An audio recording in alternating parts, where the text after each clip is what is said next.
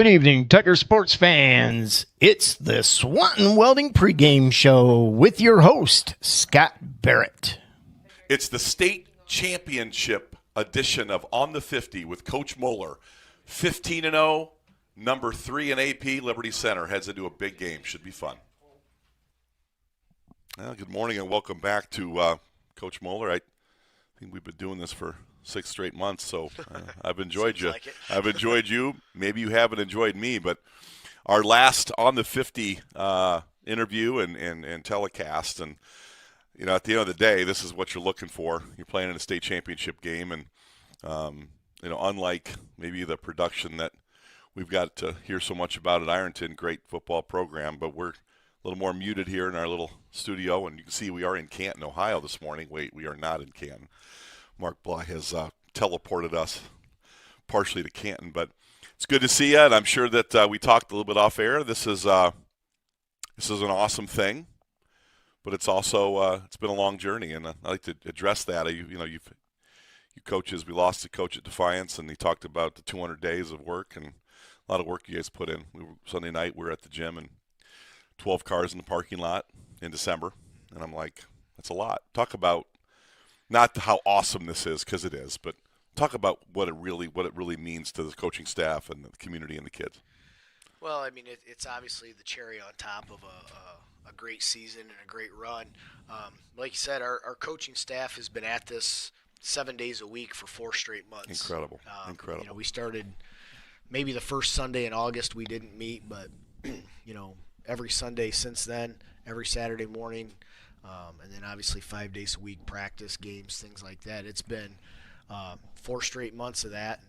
And, you know, that's on top of these guys having full-time jobs and families and events and their own kids and things like that. So it's been a long season.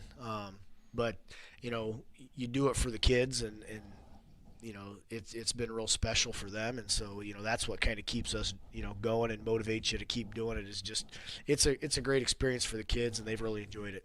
You know, Rex Lingard he was a very good motivating coach. You remember Rex? He would talk about the thing that always got me very excited as a coach when I coached with him and with you was when he'd say, you put all this work in. This is why you do all that. Bill Parr says, why you lift all those weights, all the off season and stuff. This is it right here. Yeah. And I think every player, every coach has got to feel like, you know, we are locked in. You guys have played such good football. Last week, South Range was just such a great game.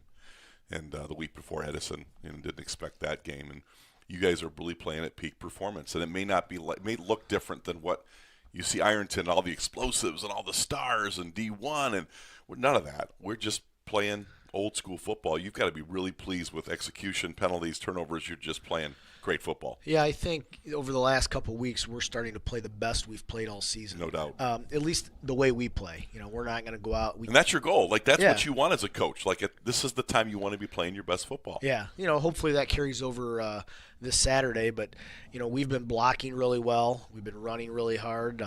Defensively, we've played really well. And, you know, the scores don't look like they did in the regular season, but we're playing the best teams in the state of Ohio at this point in time. What was the score last week? Well, on the week before? Honestly, I don't even remember. A little bit. But, you know, you got to win ugly, and you got to scratch and claw to get everything you want. And I've said it all season, you know, winning a football game is not easy. No matter what the score looks like, no doubt. It's a tremendous amount of work, and it's not just that week. It's the culmination of, you know, really not even the last 4 months when we got started, but it goes back to last January when we got back in the weight room and started working out, and these kids have put in a ton of time.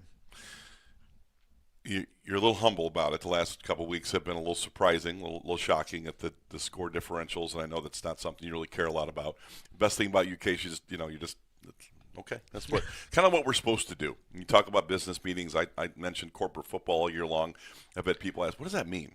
Just get up and go to work, and there's not a lot of fantastic and not a lot of media and not a lot of highlight films and all that. We got a little bit of that here once in a while. Somebody does some things, but it's just not. You're the antithesis of that. You've taken the program kind of back to the future with the way we run the ball, with the way we play defense, with the way you work. Not a lot of emotion in the program on the sidelines. It's just play after play, practice after practice, game after game. been a great approach, and you've had 2 great weeks. I thought the Oak Harbor game was pretty cool. That tested you a bit. But the last 2 weeks, you've got such good play from all 3 levels, and you've talked about it all year. Special teams, defense. You're getting touchdowns on special teams. You're getting touchdowns on defense, and your offense has been executing at a high level. You just have to be very pleased with all the effort you're getting and with the health. We talked about availability. You've got great health right now too. Yeah, to get to this point, you got to be performing in all 3 phases. And last week, you get a touchdown on defense, a touchdown on special teams. That's a huge boost to your offense. And then, not to mention the field position that we got because of turnovers, we generated on defense. That certainly helps the offense. Otherwise, that's a lot tighter game. But when you get those things, it certainly helps. And our mantra, at least the last week, was, dominate the play and move on to the next one. Yeah. Whether good or bad, if you succeed, great, but you still got to move on. And that's kind of been our philosophy all year. One game at a time, one play at a time, one rep at a time. Dominate that play, focus on it, and then we got to move on. And so hopefully we can do that again because, when you get to this level and you play a team the caliber of an Ironton they're going to have explosive plays. And what we have to do is move on from it and go to the next one and try to dominate that next play. Because if you dwell on that or let that affect the way you play, things are going to spiral pretty quick. The South Range, you had got up 14-0 early, and it looked like okay, and then you knew they were going to be there. It's just that program is just so good, a lot like us, rural, working class, great culture there. But you guys were able to stay at it. Each play, a lot of execution, and the defense kicked in. You had a special teams play.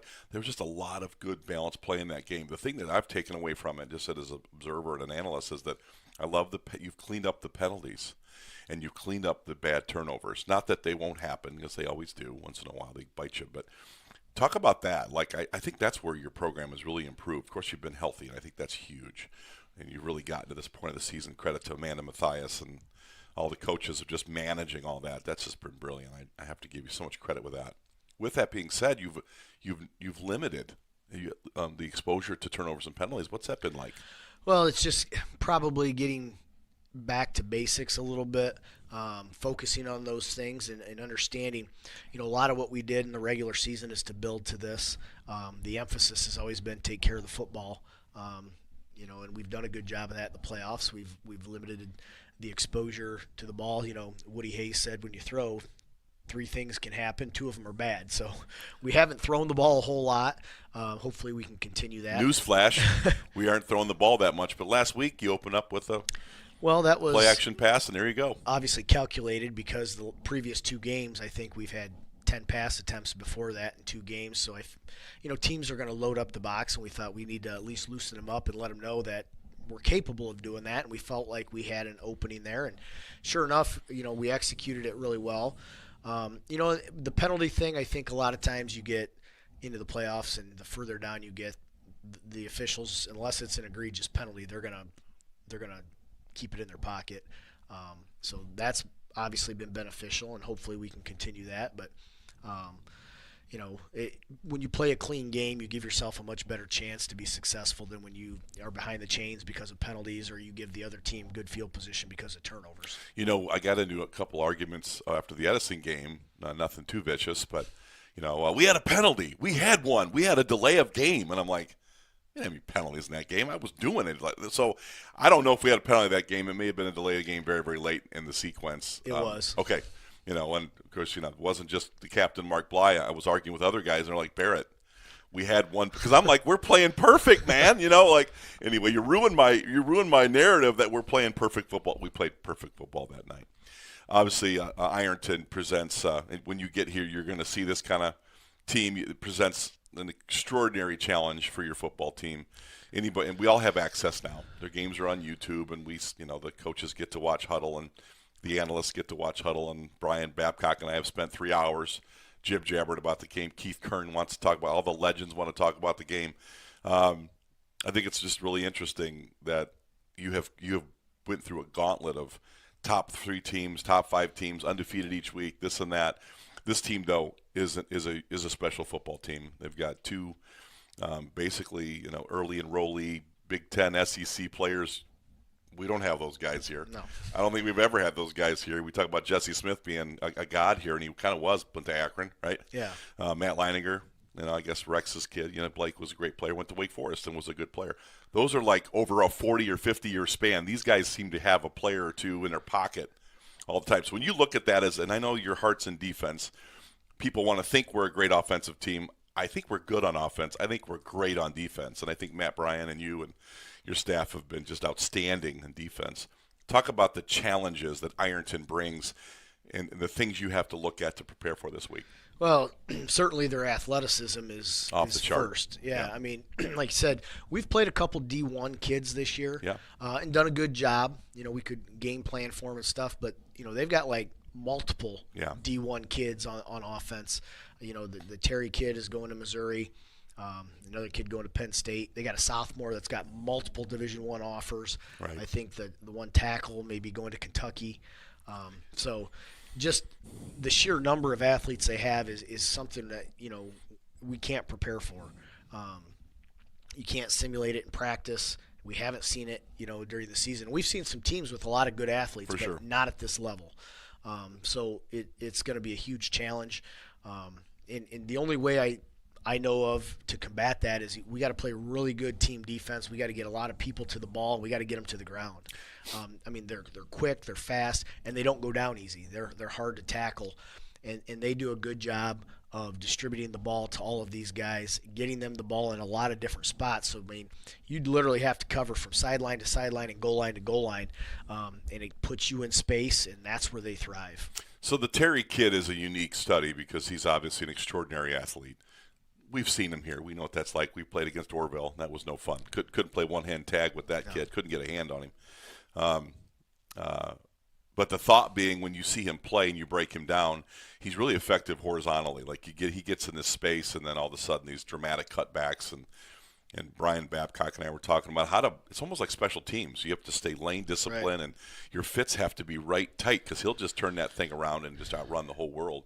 I see a lot of teams missing him in the open space because they're going so hard and so fast. They're not breaking down and targeting tackles. Talk about that Terry kid, the open field, and the things you guys have drilled and talked about. He almost needs a 2-week prep time because you can't simulate it. Put a moped out there, you can chase that thing around, but he's not. He does get vertical. That's really not. I don't know that that's where he's the best. He's best in space outside the hashes and the numbers. Talk about how to defend that. Well, I'm not sure how you defend it. But, you're right. I mean, he's fast for sure, but he's more quick than he's fast. He's just Barry Sanders almost. He's like Barry Sanders, and he will go backwards to create space because he knows the more space he has, the better he is. Yeah. So you do have to have your pursuit angles and things like that. But we talked about you got to have a trailer waiting on the backside because he will reverse field, and you still have to have somebody back there to set an edge and get him back to the pursuit that's coming. So we've worked on that. Whether it'll work or not, we'll find out. But I can remember John Madden talking about tackling Barry Sanders, and you have to have a triangle, one guy on each side and one guy in the middle. And that's kind of the idea is we got to get multiple hats to him because one guy bringing him down in space is like seeing a unicorn. You never do it. And we saw Orville after the Genoa miracle, and we saw how that ended, and it was very similar. And I know that you guys were drilling that too, talking about how to keep him within arms. It's just difficult. And by the way, they're blocking you. Right. It's not just you against one dude in space. It's a lot of guys blocking too. Yeah, and again, you can't simulate it, so it can take a while to kind of get acclimated, and by then sometimes you're down a couple scores. But I think the comparison to Orville is good because they've got him. Right. And they had Marquell Parks, but they also had really good athletes everywhere else, and they got the ball to them and a quarterback that could run. So very, very similar type situation where this is not a one-man show, and they will give the ball to whomever is going to make yards for them and score points. So huge challenge for us. The scary Terry thing, he is scary. I mean, especially for defensive guys like yourself, you just explain how to handle that. So they can do all that with him in motion from the kind of from the spread and bring him across the formation and let him do his thing. They also have a nice little package with their quarterback group. They got a Wildcat kid who's I mean, you could build an offense around a kid that gets 6 snaps and a Wildcat who's explosive. Yeah. And then they have a more conventional quarterback who's mobile throws the ball accurately. So now you're preparing against not only this guy that's difficult to corral, but now you have a couple different offenses that you have to think through. One, that Wildcat. Talk about when you see number 7 in the backfield who can really run and get downhill. Talk about how you defend a Wildcat type look. Well, and that's given you got the jet motion, Yeah. and you got to honor that speed and quickness. Well, that's what makes them so good is they can do a lot of different things, and it's you can't just say, well, if we stop him, we're good. That's not the case because you got to stop number 7 in the Wildcat. Oh, and by the way, they'll split him out and run him on jet sweeps. They've got a 200-pound running back. That Who's number, we were going to get to that. Yeah. I wanted to get to that in a minute. So they can line up and just pound it at you in a pro formation. And then, like you said, the regular quarterback, great arm, very accurate, good size. Oh, and by the way, he can get out of the pocket and extend plays with his legs or take off and run. They have designed runs for him as well. So they just attack in so many different ways. You have to be good everywhere. You can't hide anybody, and you've got to be disciplined. I mean, again, you can't send 8 guys over to stop one because they've got so many other weapons. They're just going to gouge you. So you talk about Terry in the open field, who, by the way, can go vertical when you want to throw one up. We've had great cornerback play. Maybe we're not as afraid, but we should be. We probably are. Then you've got a Wildcat look with a great athlete who can get downhill. He's also a guy that's pretty elusive too. Like we'd be talking about him if we weren't talking about Terry. Right. Then you have a quarterback, as you said, who can hand the ball off to a really nice-looking running back who runs physically, gets good offensive line execution, more traditional, but they can do that. They can pick your poison, Case. You got about 4 different looks on offense. People want to know, how do you prepare for 4 looks in 3.5, 4 days? Well, I mean, it really goes back to what you do at the beginning of the year. You got to prepare to beat the best teams in Ohio, and the best teams in Ohio can do multiple things. So you can't just say, well, we're going to play this defense and we're going to stop the pass, because when you play a running team, that doesn't work. Or you're going to load the box up and stop the run. Well, you got a D1 guy going to the SEC. You're not going to single cover him all the time. Right. You got to have answers. I'm not sure if we have all the answers or if we have enough answers, because they're going to be. It's going to be a little bit of a chess match. They're going to look at what can we do, what are you going to take away, and if you take that away, we're going to go to this. So nobody's been able to really stop them all year. Right. So we have our work cut out for us, and it's going to be a huge challenge. And all we're asking our guys to do is play as hard as they can, and hopefully good things will happen. So that's really where this game, I think a lot of people that have a little bit of knowledge, we have just enough knowledge to be dangerous, I guess. The idea being maybe you just don't let them have the ball. And I think that's the kind of offense we have. And you're never perfectly suited to see a team like this, Case, even though you have seen some Wildcat, you have seen some jet motion with elite athletes, you've seen a traditional conventional running game, you've seen a ton of good quarterbacks. So you have seen all those things. You've never seen a team that can put 3 or 4 things together that way. Right. Hit that button, that didn't work. Hit that button. They got some buttons to push. Where I think we are advantaged, and you probably would downplay it, Coach Tressel, is we might be able to really limit. And you've talked about this. We've had talks about this throughout the years about these guys want to play offense. This is cool, this offense thing. Now, they got a good defenders. The kid going to Penn State's great, and they got a couple linebackers. But, this is a cool thing. This is where all the – you never see any highlights on defense. You always see them on offense over there. But the idea being, okay, we get it.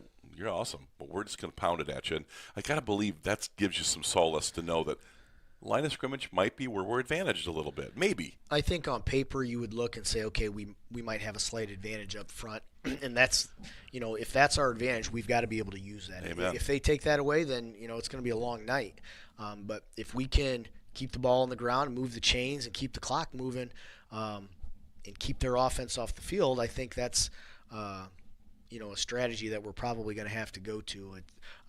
You mentioned Bill Parcells earlier. That you go back to the 1990 Giants versus the Bills in the Super Bowl, and that was their entire strategy. Yes. Keep their offense off the field, and they worked it well. Hopefully we can do the same thing. But, if we score on a big play, we'll take it. But if we have to drive for 15 plays or 10 plays, then we'll do that too. So, hopefully we can execute. And that's what this game is going to come down to, is who's going to execute their game plan the best. And we're going to have to be patient and understand that it's going to be two totally different styles of game here, and all we can do is play our style. We don't want to get into a track meet with them because that's what they want, and we got to try to limit that. I think you got a little bit of a taste in preparation as a staff with Perry last year. Good-looking quarterback, D1 kid on the perimeter. They could run it. Pretty good offensive line. Of course, they're state championship caliber, and they would show you a little explosive, and you were able to adjust to that a little bit. We've kept the lid on the explosive. I think Oak Harbor had a couple balls dropped that we could have been in some trouble. At the end of the day, though, I do think the way we've won these games, we've won the battle of the hitting.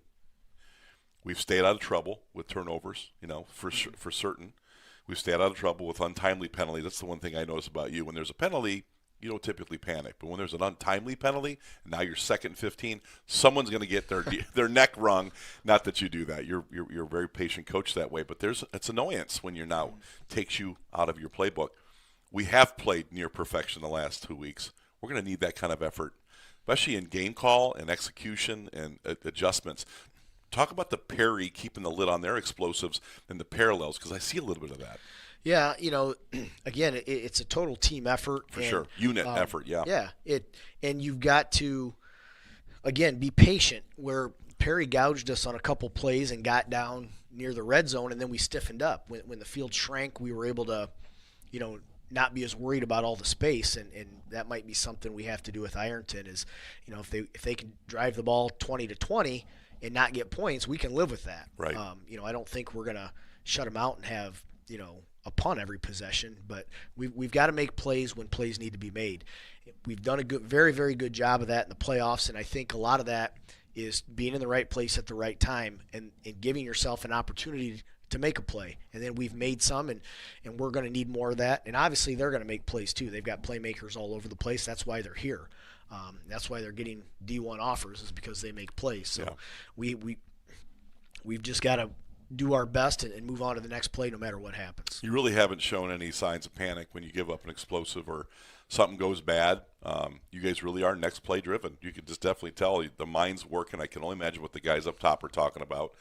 There's probably no voices raised, unlike the old days. A lot of cat fighting up there at times. But I think that really helps calm and focus your players. Like, okay, we gave up a big play, got to make the next play, and we've done that consistently. No one really appreciates the importance of a coaching staff. And we've talked about it all year, and you've been very judicious and you've been very generous with your staff. I think that is an incredible advantage for us. Not that Ironton doesn't have great coaches. I'm sure they do. Coaching's a heck of a lot easier when you got P1 big time. They're probably already on, going to get some NIL money before they even get there. Like I said, we don't have those players. We have an entire group of people that get the job done. But talk a little bit about your coaches, because I think the adjustments, I really like watching Matt Bryan.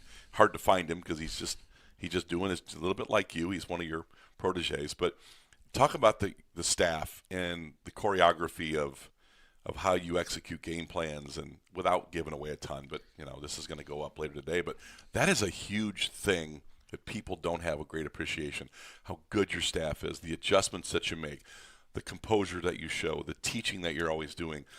Give us a little bit of a view of what that looks like on a Friday night, especially when you give up a big player or where you're in the midst of a battle. Well, one of the things, I think their staff works really well together. They take ownership of their position group. They know they coach those guys up. They make decisions, and they know the adjustments that we need to make. And we kind of all share that. If we need to, do this with the guards and centers, we'll do it. If the tackles and tight ends need to do this, we can adjust that way. And the communication piece is pretty critical as well. But we have coaching staff that's been around a while, and I don't think we've panicked much. And part of that is, we have enough experience to know, yes, teams are going to make plays. Understanding why did they make the play? Were we out of position, or did they just make a better play than us? Because one of those things you can adjust, the other is more difficult. And so kind of finding solutions to those things and understanding, okay, why did this happen, is a big part of it. And then just understanding your position group. And we've had a lot of continuity, not only in coaching, but with what we do offensively and defensively. So we know, kind of what adjustments maybe we need to make, and sometimes those work, sometimes they don't. But we have tools in the toolbox, I guess, and kind of know what we want to do. And, again, that experience of not panicking, I think, is big. I think hopefully that helps calm the kids down so they don't panic as well. But the coaching staff puts in a ton of time watching film, talking to each other, off season, going to clinics and things like that, and just understanding our kids. The game is about the kids and what can they do. It's not about what we know or what we think we should do. What are they capable of doing? And I think our coaches do a great job of putting kids in position where they can be successful.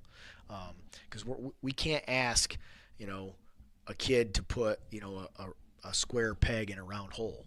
It just doesn't work. So we try to maximize what they can do and bring it all together. And it's hard sometimes, but our guys do a great job of it. Yeah, it's just a great staff, and know them all personally, and got a chance to work with a lot of them, work with you, and certainly you guys are at the peak of performance. And I know coaches don't take credit. You can't find Nick Miller.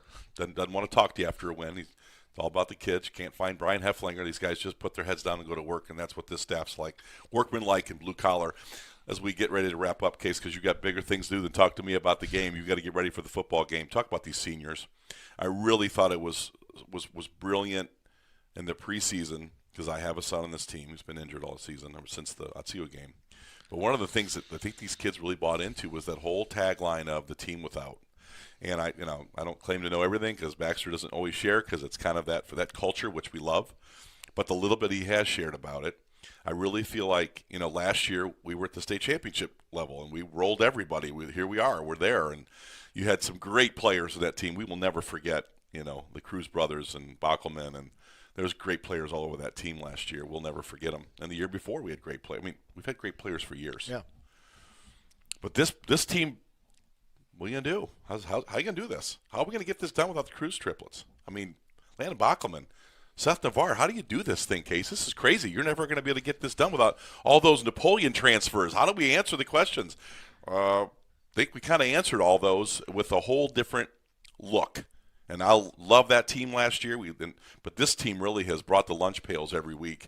And the story lies in the Brogans and obviously Waylon Rentzes, and these seniors have been, there's a lot of seniors, but tremendous. Talk about your seniors. Well, like you said, the first day of spring ball in May, I wrote on the board team without, and then had a list of all the stuff we lost from last year and things like that. And that saying actually comes from John Wooden. That's what he called the team that won a national title the year after Kareem Abdul-Jabbar graduated, because he was the 3-time player of the year. They won 3 state national titles, and everybody said, oh, they're not going to win because they don't have him. But his approach was, we're going to do the same things and we'll plug somebody else in there. And that's kind of what we did. We lost some elite players. Landon Bockelman, in my opinion, was the best lineman in Division V, both sides of the ball last Agreed. year. The Cruz triplets were unlike anything I've ever coached as far as competitiveness. Throwback players. Those little guys played like they were in the 80s. Seth Navarre was an elite Tremendous. player. Landon Amstutz was a great quarterback. Colton Chambers. You just go down the list. They were great. And Colton Chambers, one of the best wings. Yeah. Him and his brother Christian, just tremendous players. Sure. And so we talked about, okay, we lost those guys, and everybody's going to count you out because of that, because those were the superstars. And they did. By the way, and they did. A lot of people were like, "I can do this."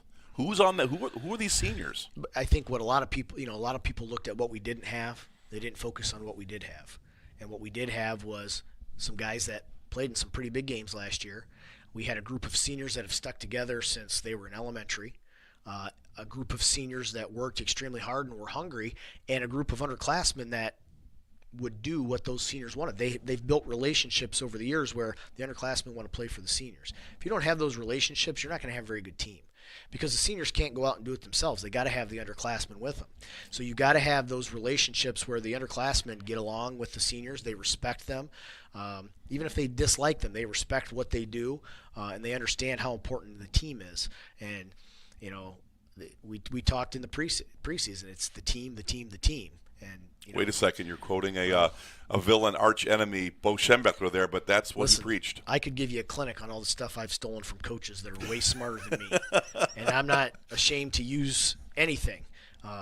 So, if I see it fits the team, I mean that's our image. That's who we are, and we're not ashamed of it. So if this is the team without, and we're 15-0, playing for a title, I'll take that I'll take no one every year. I'll take the without every year. Let's conclude, Case. The biggest thing you got to do tomorrow to win this football. You can talk about penalties, you can talk about turnovers, you can talk about the weather. What's the one thing you hang your hat on that our fans would want to know? What do we got to do tomorrow? We have to execute. Execute on both sides of the ball? Yeah, or? I mean, okay. We've got to do thing on defense that we need to do. We got to do things on offense. We got to do things on special teams. If we don't execute one of those phases of the game, we're going to be in trouble. And it's execute is very, very broad, but there are so many things that go into executing offensively and defensively. We don't have time for that. It would take me 8 hours to explain all that. But we have to execute, and it has to be every level. It has to be every person, and it can't, you're as strong as your weakest link. We have one guy make a mistake, it throws everything off. So it's almost like you got to be a machine with all the parts moving together, and that's how you execute. This team has played like a machine. You got a great group of seniors, check. You have a phenomenal coaching staff, check. You're healthy for the most part, check. You're 15-0, playing Ironton tomorrow in a state championship game. Tom Benson Hall of Fame Stadium. Just doesn't get any better, man. Spike says it all the time. It just don't get no better than this. Coach Moeller, great season, fantastic program, awesome kids, great community. Just it doesn't get any better than this. Tomorrow, Liberty Center, 3 o'clock kickoff against Ironton, the Tigers. Number 1 in the AP. This is going to be a war. Good luck tomorrow. Thank you.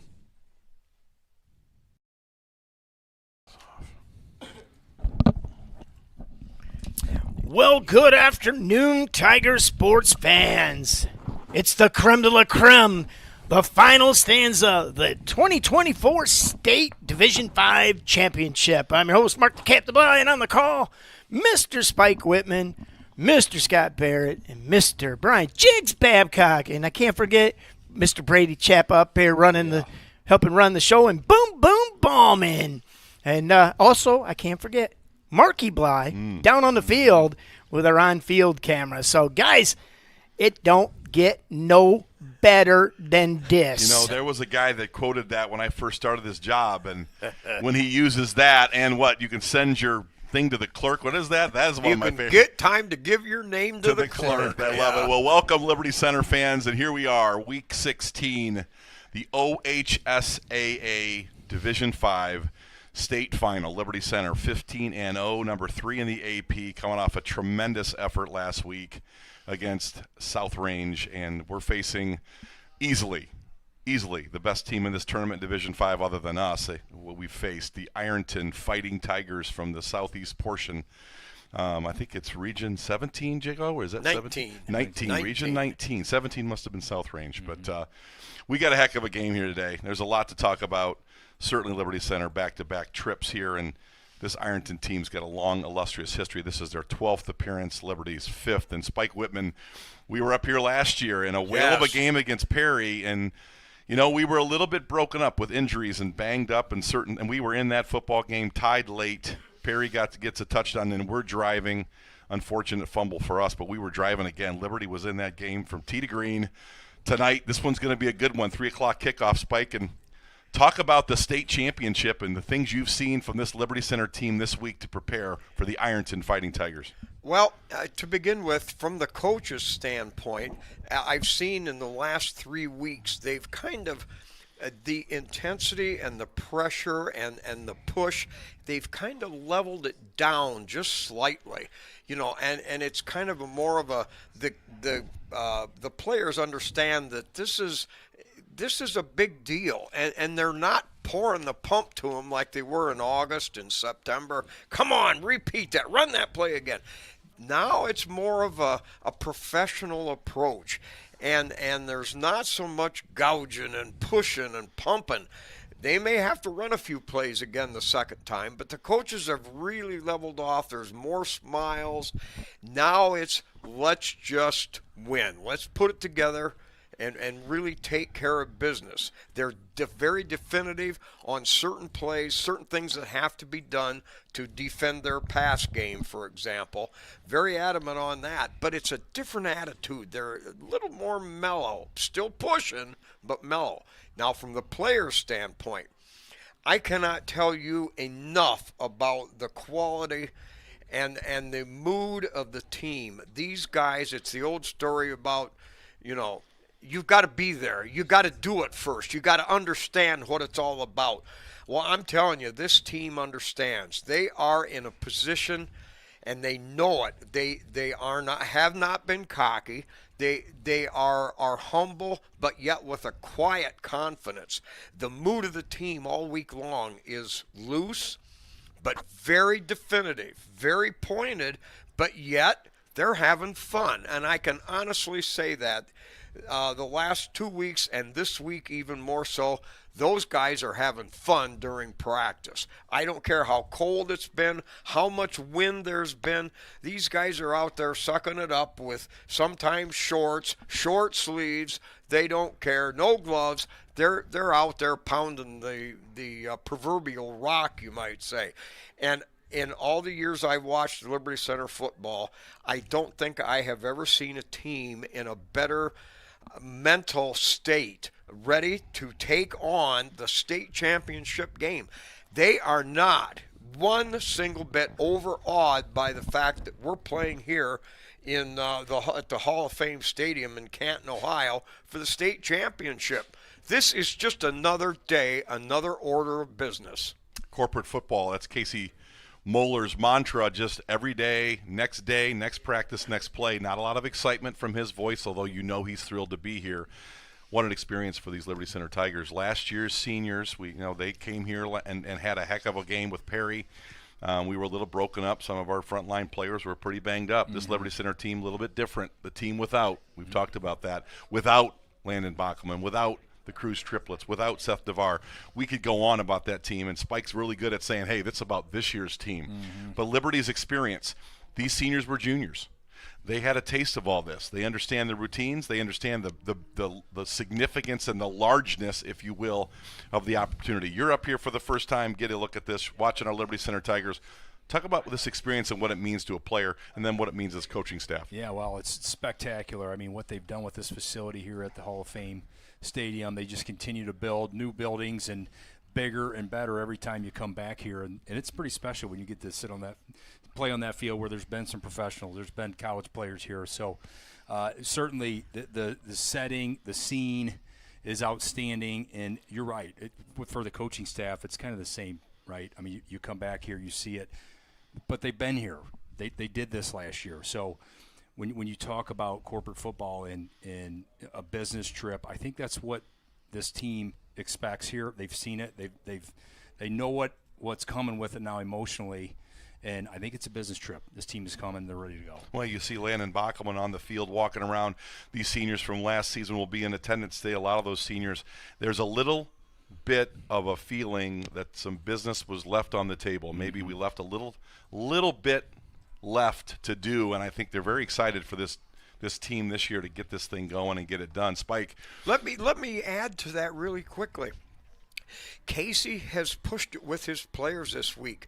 This is not about revenge. No. This is not about getting something back. Yep. This is next step stuff. Yes. This is yours. This is this team. This belongs to you and you alone. Well, let's talk about that, and I think that's a great point. I think that all of us that have either coached in this game or commentated in this game or watched it as a fan, we all own a part of it. And Casey's talked about the community being a huge part of the fabric of the program. But, Spike, when it comes to the kids, I really have liked the whole approach. And Jigs talks about it, corporate business trip, just one foot in front of the other. This Liberty Center team has done that all year, 15-0, and has had one heck of a playoff run.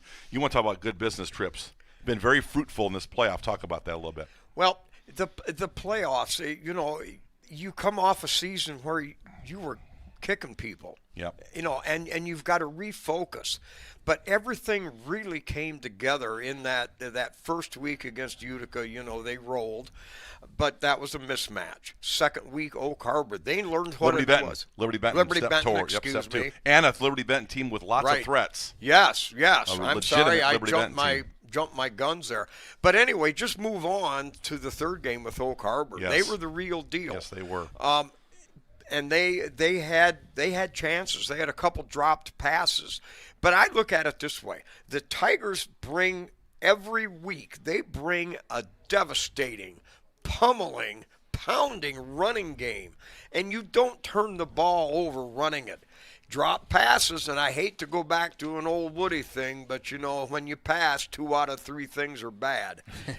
and so when you depend on that in cold, windy weather, I just like what Liberty Center brings to the table. And they bring that mentality to the kids, and those kids buy it. If it was stock, they'd all be multi-billionaires right now because this team... Wait a second. You've been buying Liberty Center football stock for generations. How loaded are you, Spike? Oh, buddy. You got the most stock of any Liberty Center fan I know. I could buy and sell any can of Coke you want to drink, buddy. Jigs, this is a great opportunity for Liberty Center, but we have a foe today in Ironton, the Fighting Tigers, that know this ground. This is a place they've done a lot of work in. They've lost a lot. They've lost a lot in this game. 9 state runners-up for this team, this program. But Coach Trevin Pendleton, in his 7th year, 81-14, 23-6 in the playoffs, and the 24 playoff, they've not met a foe that's even touched them. They are on a roll as like we are on a roll. This team has essentially 2 players of the year, one on offense and one on defense. And we've talked a lot about their threats. This morning we had a good podcast about it. We outlined it clearly. This is the number 1 team in the state. Mm-hmm. Okay, they were tied with South Range, and we dispatched of South Range last week, but I think this is a different animal. And number 4, Sean Terry, who is signed with Missouri, an SEC football player. You start and stop every conversation about the Ironton Fighting Tigers with Sean Terry. Talk about Sean and this Ironton team on offense. Yeah, well, they're very explosive, and number 4 is as explosive a player as I think you'll see at this level, and maybe really ever of any division in the state this year. He's a guy that can catch it in space on a slip screen, stick his foot in the ground, and get upfield. He can go deep on you. They're going to use him in the run game where they'll kind of jet motion him, let him get outside and create.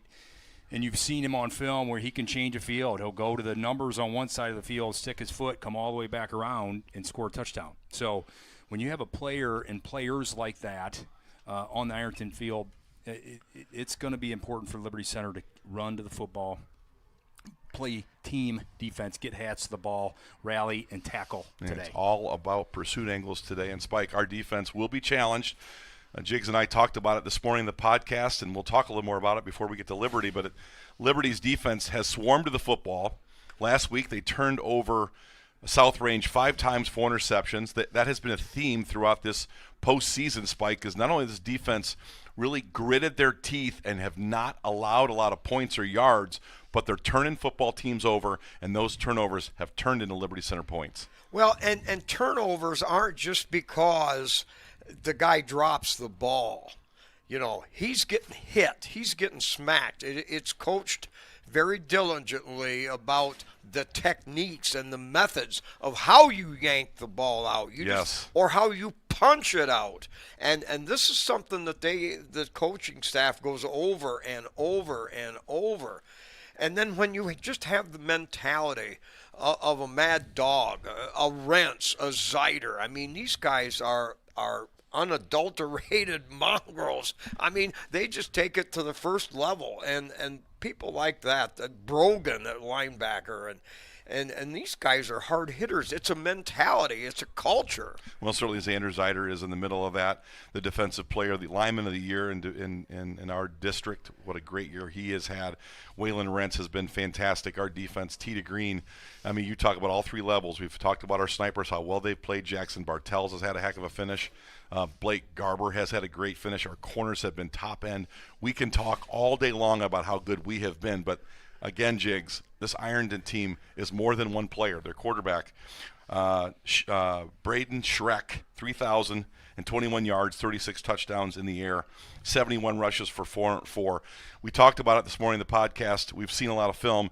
This Ironton team can play a lot of different ways. Liberty Center plays one way, and they do it really well. This Ironton team has an opportunity to sit in a pocket and let Braden Schreck look the field over and make plays. They've got good receivers. They got a traditional hardcore running back that loves to run it in between the tackles with breakaway speed. They've got a wildcat look with an elite athlete, probably their fifth or sixth option. We've talked about him a lot, Caden Edwards. They got a lot of diversity, and you talked about their creativity on offense. Talk about Ironton's entire offensive package and how that impacts us defensively. Yeah, well, I think it keeps you off balance most of all. You're going to see a lot of different motions today. Sometimes it's motion to give the ball. Sometimes it's motion to check a formation. You're going to see a lot of different screens. There's probably 4 or 5 different screens that this team will run from different parts of the field. The run game is very effective. They can run it inside. They can run it outside. And the vertical passing game, although they don't do it that often, it is a good part of their game as well. And the quarterback can throw it down the field 45, 50 yards on a good ball. So it's really balance, I guess, balance and creativity is how I would say that their offense is today. I think ultimately Liberty Center – on defense, try to eliminate the big play. I know that's easier said than done when you have explosive athletes, but make this team drive the football field, drive some clock, and let's see if we can't get a couple turnovers here today. Quarterback Braden Schreck, a conventional player. He also can run the football. Running back Zane Williams, we've talked about Zane. He's pretty fantastic, a guy that if you wanted to sit there and just run the ball and bang it between the tackles, you could play it that way with 2 tights. All right, well, all right, there's an option. Then you've got scary Sean Terry to do his business with 2 other receivers that don't drop much. So this offense spike for Ironton, extremely explosive and really diverse. But where I think Liberty Center has a distinct advantage from my vantage point, and I could be wrong, is our defense and our defensive line specifically. We have played so well on the defensive line. Goose Giesge. You've got the player of the year in Xander Zeiter. I mean, you can go down the list. Hunter Spangler has been remarkably good this year. Kyler Kern has played a great role in this team. Kellen Weimer. I mean, Jiggs is just, it's 6-7 guys, Spike, on the defensive line. I think we've got them. We're 6'2", 240 on the average on our defensive line. They're 6'1", 215. Talk about the advantage our defensive line has maybe over their offensive line tonight. Well, I think it's really kind of simple. It's because everything you just said, we are big, we are strong, and we are quick to fill holes. We move well laterally as our entire defense. And their running game isn't made. It's not made on the wing tee. This isn't a solid pound you. It's a spread them out, try to run into gaps and keep us spread wide, and then try to pick on us. In an out-and-out battle, your best offensive running play against our best defensive stop, I think hands down, that's a terrific advantage for Liberty. Well, Jiggs, we've talked a lot about our defensive line, but really the things you talk about, because you were this kind of player, our back seven has been phenomenal. Our sniper play, we've mentioned some of those kids that play sniper. The linebacking room has been A+ all year. Eric Weimer has had those guys playing at an extremely high level, and not just tackling and not just hitting, but understanding film breakdown. They're at the point of attack sometimes before the play even gets there. These guys are well schooled. Eric Weimer extremely disciplined, and you pile on top of that kind of an assistant linebacker coach and Brian Hefflinger, 2 of the greatest in 114 years of football. That's awesome. But talk about our defensive backs. You've had great play by Thomas Muller recently and fantastic play by our corners. I think tonight we have a legitimate neutrality. We can neutralize some of those weapons in our back seven. Yeah, well, the snipers, corners, and safeties, they've been playing outstanding the last few weeks. Fabulous. Thomas Muller's really been fitting in the run game well, coming downhill. Blake Garber and Bartels they've been playing outstanding. Leading tacklers, Blake Garber, and these guys at the sniper spots have just done their job. And it's going to be key today because on these jet motions, those are those two guys are typically the ones that kind of get out and eliminate that jet motion on Terry kind of coming across. They're going to have big days today. And then our corners. I think this is two of the better corners that we've had at Liberty in a long time. It might be two of the better corners with Cammie and Grady, maybe in Division 5 right now. Yeah, I mean they've been outstanding. They've been turning people over. They get their hands on balls, and they tackle really well. And that's going to be a key today is tackling. And let's see if we can't get a turnover too. This Ironton quarterback, he has thrown 8 picks this year. I think he has some confidence in that arm sometimes where he'll try to fit a ball in. And if we can get 1 or 2, that could go a long way in this game. Spike, yeah, quickly, go ahead. just to add to that, you're talking about our corners and our snipers and Thomas Moeller. Our 2 corners, Miller and Colley, they lead the team in solo tackles. And our snipers, you got Bartels, you got Garber. These guys, among others, but these guys are great solo tacklers. Mm-hmm. That's what gives me some confidence that our defense is going to show them things that they haven't seen this year. Well, I think Sean Terry is the kind of guy you've got to get. Coach Mueller talks about a triangle, 2 and 1 on proper angles to get Terry to the ground, but these guys have been great at getting elite players to the ground, and like Spike said, on a solo basis, but they're great run to the ball, wolf pack tacklers as well. And today to get Terry to the ground, it's going to be a lot of pack tackling today. Yeah, you got to surround him with 4 or 5. I like that. 4 or 5 different players because he can. I mean, he can absolutely stick his foot and go 5 yards behind the line of scrimmage and come back around and still beat you on the other side. So that's why rallying to the football, getting people around him is going to be so important. Spike, I also think before we get to the offensive side of the football with 13:51 to go before the national anthem, I really am impressed with the way we pressure inside. The Giesge, the Weimer, Xander Zeider has been phenomenal of getting, and obviously Hunter Spangler. Gosh, you can't name them all, man. I can't get them all in. As well. I mean, Swigert's got great stuff. But the way they push from the inside and disrupt that pocket, I think that Braden Schreck hadn't seen a defensive line that's going to push guys back in his face, get into windows, cause discomfort, and now you're starting to make throws maybe you wouldn't make if you're not so comfortable. We have turned teams over because of our inside pass rush. Well, and one of the things in practice that they always impress, stay in your lanes. Yes. Stay in your lanes. Trust the guy beside you. And our defensive people have, like I talked earlier, bought into it big time because they are phenomenal they don't get the most sacks in the world. We haven't done a lot of saccarinos this year, but it's been what you're talking about, the pressure and the ability to start pushing guys. You got offensive linemen as a quarterback. You've got offensive linemen leaning backwards on you. Now all of a sudden it's scramble time. And you're right. You hit the nail on the head. Our pass rush is constant. It's just there. It's like when the sun comes up in August, it's going to be hot. Well, that's kind of heat that we're going to bring. Relentless, the inside pass rush keyed all those turnovers, and then obviously stymieing the running game. Liberty Center giving up about $175 total yards, a game this year. They're the number 1 scoring defense in Division 5, 7 shutouts. We're going to talk about offense now, Jake, so get ready for that. But this is a defensive football team. Mm-hmm. We put people in binds. We turn them over. We get them 2nd, 3rd, and long from all the TFLs. And then Casey Mueller does a brilliant job of flipping fields with our special teams, which we haven't even touched special teams. But you give the ball to Max Walker, and you're flipping fields. And now you won a field position battle. Liberty's won those all year. Offensively, Liberty Center today has a great advantage on the offensive line. I think of all the strength that Liberty Center has, all the strengths.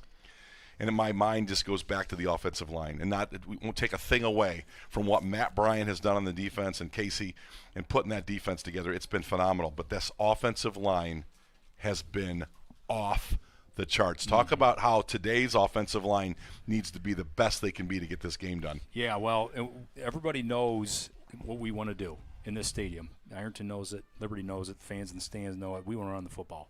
So I think some of these movements you've seen these last couple of weeks with some of these formations where you're bringing Hunter Spangler, Xander Zeider in to heavier, bring some bigger, extra beef. Road grade. It's been outstanding, and it's been working. Oh, yeah. It has been working because I think this line you've seen kind of they're peaking right now. I mean, they've basically been getting better and better and better. And you got two of the better guards in the state, and Tyler Lay and Max Walker, that are just absolutely relentless. And Clayton Seal is outstanding at the center position. So I think Ironton, we've talked about this a little bit earlier, traditionally run a 3-4. Where they'll have the center covered. I think it's going to look a little bit different. They're going to add be 5 or 6. They're going to add some guys. On the line of scrimmage. They're going to try to get 8 or 9 in the box like every other team does against us.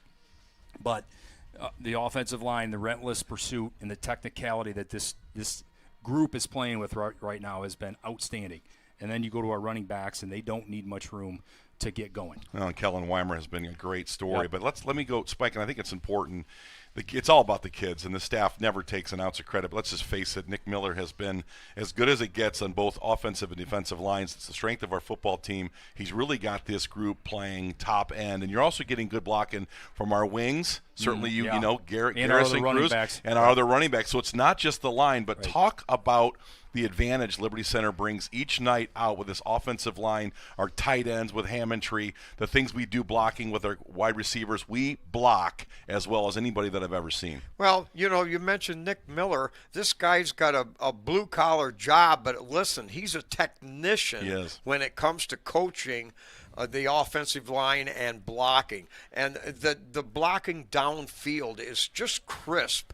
It's precise. It is very, very documented, very, very in line. It's a beauty to watch this in practice when they run the offense and you see people hitting downfield 7-8 yards. I mean, everybody is taught that, but Liberty Center has taken it beyond the normal realm of a real good football team. This team is bent on exact, precise precision blocking. Yes, precision blocking. Yep, it's just simply that's what it's all about. We could spend hours talking about how good this offensive line is. The reason why we get explosives in the run game is because guys like Tyler Lay are 28 yards downfield.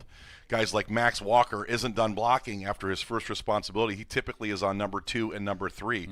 Kellen Weimer has been a stud. Yep. Brady Gieseke has been just a consistent everyday blocker. Now you add number 42 or number 45, Hunter Spangler. What's his number this week? Yeah. Is it 43? I don't know, but when he puts on the number 42 number, he had to squeeze in that thing because he's a gigantic offensive tackle, but he's been remarkable. And I love the fact that we don't have to play Stephen Brogan as a guard. Yeah. And Max Walker, then, he does get reps at linebacker, but he plays mostly as an offensive guard. And Stephen Brogan has been a phenomenal linebacker. Yep. The two platooning has been great. But what was great last week, which I think was something we had to get done to win that game, was Grady Miller in the quarterback situation. Started the game off, boot pass, big completion to Blake Garber, and I think that changed everything about the way South Range looked at us. Whoa, they're able to go vertical down the field, play number 1, we're here to do this to you. And I think as a defensive coordinator, when you've watched Liberty on so many games and coaches live on these games at Huddle, game after game, that was a shock play that I think Liberty instantly changed the narrative of that game last week. Yeah, well, we hadn't gone down the field in probably 3 games. You said that. You were like throwing a party up in the booth last week. But no, we've talked about all the time, but that is what a run game does to you. It gets linebackers, safeties, corners, their eyes in the backfield. They read the wrong key. They're reading a guard, and boom, they got their heading back, and somebody's behind you.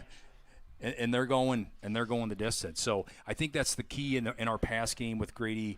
These tight ends, these wings, short, controlled passing game. Make them honor it, and we'll see what happens with some of these formations today on how they kind of want to play their corners and safeties off of our wideouts. Let me add just a little bit to that. In practice, believe you me, for all you people that love Tiger football and you're listening in today and you've watched all season, and you may at times say, why don't we throw the football more? Why don't we do it? Well, believe you me, in practice, they work hard and they run the same precision, the wingback coming out of the backfield, the tight end dragging across the middle. All these different patterns, they work incessantly on these. It's almost to where, come on, we should be throwing the ball 25 times a game if we're going to practice this hard at it. But believe me, they are ready to throw the ball, and if we need to throw the ball 15 times today instead of 6, that's what we'll do. Our coaches are very good up top. They relate well to what we're doing on the field. And believe me, we are able to throw the football. We don't need to sometimes, but the weapon is there. And Grady Miller has just improved all year, and we're getting some pretty decent play when he takes the snaps at Caden Kreinbrink. Both guys capable of doing more, and I think, as Spike alluded to, we may need more today. Let's talk about the running back group. They get all the headlines. Waylon Rentz is a complete rock star. If Waylon Rentz would have been playing in the Rex Lindgren era, that's 40 carries a game, 0-1 trap, 2-3 dive, 4-5 power, 6-7 sweep, just keep giving it to 19. He would have had about 3,500 yards and would have just run over everybody. But that's not what this running back room is about. This running back room is about diversity. They can hand it off to Thomas Muller. They can hand it off to Garrison Cruz. I mean, this group is fantastic in the collective. And I think Casey Moeller has done a great job with his offensive staff, Ryan Miller. Of course, you got those offensive line coaches always contributing to the run game. Todd Spangler, Brad Howe put the same amount of hours in. They're just so focused on being an effective run team. They're creative in the run game. But talk about the running backs and what that means as a defensive player. Who's getting it? What hole, and how's it being blocked? Yeah, well, they keep you off balance for with sure. That. Absolutely. Yep. And I think the coaching staff has done a great job of limiting the carries between the three, keeping them fresh, keeping them, these players fresh, and you've seen it. They seem like they get stronger and stronger as the game goes on. In the second half, that's when Waylon and Gary they get to these grind on you, and that's when some of these big broken tackle runs happen. But the way they block for each other has been outstanding too. I mean, you see it when they're going in motion on these wings. These guys are kicking out defensive ends. They're on linebackers. They block outstanding for each other as well. So this is a complete group, these three. Well, and the talents they bring are very different. I think Thomas Muller has shown really good cutter, great vision, puts his foot in the ground. I mean, he feels the soft spots in those second levels and gets big gains. Garrison Cruz, quite frankly, if you deleted other running backs, he could carry it 40 times and get you 250 yards a game. He's great catching the ball in the backfield, and he's got home run speed. Right. And then Waylon Rentz, the ultimate traditional fullback in Liberty Center lore. He will run over you. He can run by you. He chooses to do what I mentioned initially. He loves to be physical, but Liberty Center tonight, here comes the national anthem, and they've come out of the tunnel. Here we go at Tom Benson Stadium, Hall of Fame in Canton, Ohio.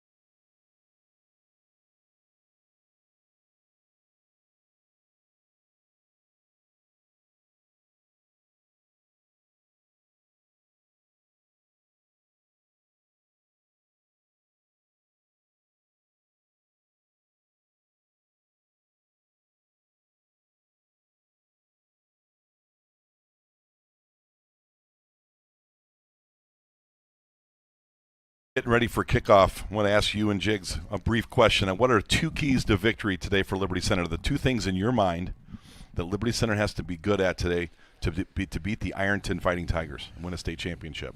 Well, pretty simple. Obviously, we have to be able to run the football. They're going to play, like we've mentioned earlier in this broadcast, they're going to play the 8-9 men in the box. But we have to be successful at running the football. Number two, obviously, we have to control their passing game. They don't have that running offense. They're going to run off of the things they do by spreading us out wide. Then they'll run little stuff off of that or jet sweeps. But when it comes to power football, it's Liberty Center has to control the line of scrimmage. Jago, two keys today for Liberty Center to bring home their second state championship. Yeah, long extended drives on offense, drain the clock down. I would even consider taking this thing down into the play clock of under 10 seconds every time. Absolutely. Defensively, you gotta swarm tackle, eliminate big plays, to make them drive the football. They're used to big splash plays. They're not used to driving the football. Eliminate big plays, tackle, make them drive the football. I'm going to say I think special teams play a huge role. Last week, Cam Colley with a big return to kind of add a little pepper to Liberty's momentum last week. And second, I think it's tackling. You get these kind of athletes in space. Sean Terry, Zane Williams, these are great football players, and I think the underrated player for them is Caden Edwards, number 7. He runs a little wildcat for them. He's in the slot. Tackle. Good special teams and tackle the ball today. Spike Liberty gets number 2. Here we go. Hey, as a special team, we've kicked off this year about 90 times. We've only broke down twice in 90 kickoffs. Well, I'm telling you what, we were critical of it, and you about knocked me into the seats. Like Barrett, they're 90 for 91. Why don't you zip it over there? Well, I'd be interested here. I think we're going to probably kick away from number 4 would be my guess. Well, number 4 is back in about the 1-yard line, and he's got his hands up, ready to roll. So you might see a squib in that open area, but yet, as you have talked about, Brian, they get him the ball regardless. You're going to see Sean Terry touch his football 15 to 20 times today. All right, so Walker averaging to the goal line or a yard deep on his kickoff, so very effective. Well, last week Here it is, state championship football, low line drive bounder. That's going to hit 5 times, 6 times. Now fumbled. He steps into the end zone, tries to return it out. Oh, boy. Now breaks through there. Oh, they blew it dead. They blew it dead. It was blew it dead into the end zone. So out to the 20. But, boy, did you see – now everybody quit maybe, but that was a little you saw scary. it open. The thing I liked was last week South Range had 3 returners. Yeah. Ironton, 1.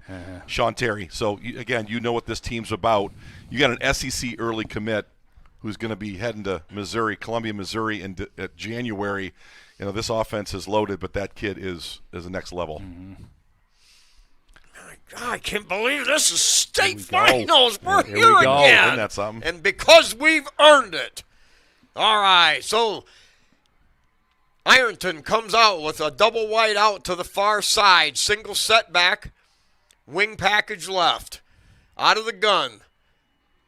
Drops to throw, in trouble, gets out of that, dumps it out to the running back. He's hit great back job. at the 15-yard line. mask. That's going to be a loss of 4 yards. Well, Liberty broke this play down 2 or 3 different times. They wanted to go deep. They did. They had a guy going on a 9 cut down the numbers, and then they get Terry, I think, in the open field, and I think the flag will be a 15-yard face mask against Liberty Center. What I love to see there is that – oh, sorry. Face mask. Defense, number 30. 5-yard penalty. First down. I didn't know that was a such thing. The 5-yard. What I like to see there is the pressure from inside. I don't even know if we brought a blitz. Got pressure on that quarterback. That was a good look here early for this defensive line. They faked the run to the outside, drop back to throw. All right, so it's now 1st and 8 from the 22-yard line. Double wide out to this side, 1 to the other side with the wing left set. Quarterback out of the gun with a single setback. Now out of the pistol. He'll hand off straight ahead. Hits right into the line of scrimmage. No gain on the play. And that's Xander Zeiter initially just blowing his tackle up, getting great penetration, and the number 19 senior, Waylon Rentz, cleaning it up. That's 2 tackles for loss on the first 2 snaps. Spike, pretty good start by Liberty's defense. All right. Now, did you see that spin cut by the running back? That's the kind of dazzle, prancel, dancel you're going to get from these guys. They might not be the hard runners, but they'll be the elusive type. That spin didn't get him anywhere as Waylon Rentz wrapped him up and got him to the ground. All right. Double wide out to the short side from the 22, 2nd and 8. Play action. Throws it up. Caught out there at the 30-yard line and very close to first down yardage. Up, they single it. So a gain of 8 and a 1st and 10 for Ironton at the 30. Great motion there by Ironton. They kind of used Terry as a decoy and then threw it, I think, to the wing out. Cam, good job to come off his man and make that tackle. All right, ball on the hash mark to the far side, double wide out over there. Now they're going to run a jet sweep, has running room, kicks through there, and a pickup of about 7 yards off that left side. and gets it up to the 38-yard line. Going to see a lot of Sean Terry today in motion, jet sweeps.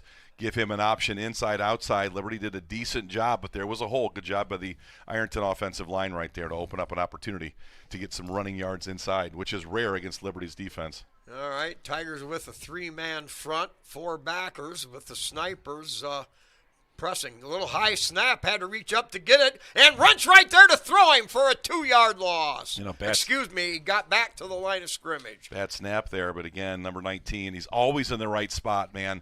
Excellent job by Whalen, but again, they will turn it over, Brian. They will. Ironton turns the ball over a little bit more than probably what they want, but taking a negative and making it at least getting a 1-yard gain. So we've got a 3rd down here. All right, so 3rd down and less than a yard. The ball at their own 39-yard line. Now out of the eye with a wide out to either side. Quarterback keeps it, takes it up into the line of scrimmage. They got it.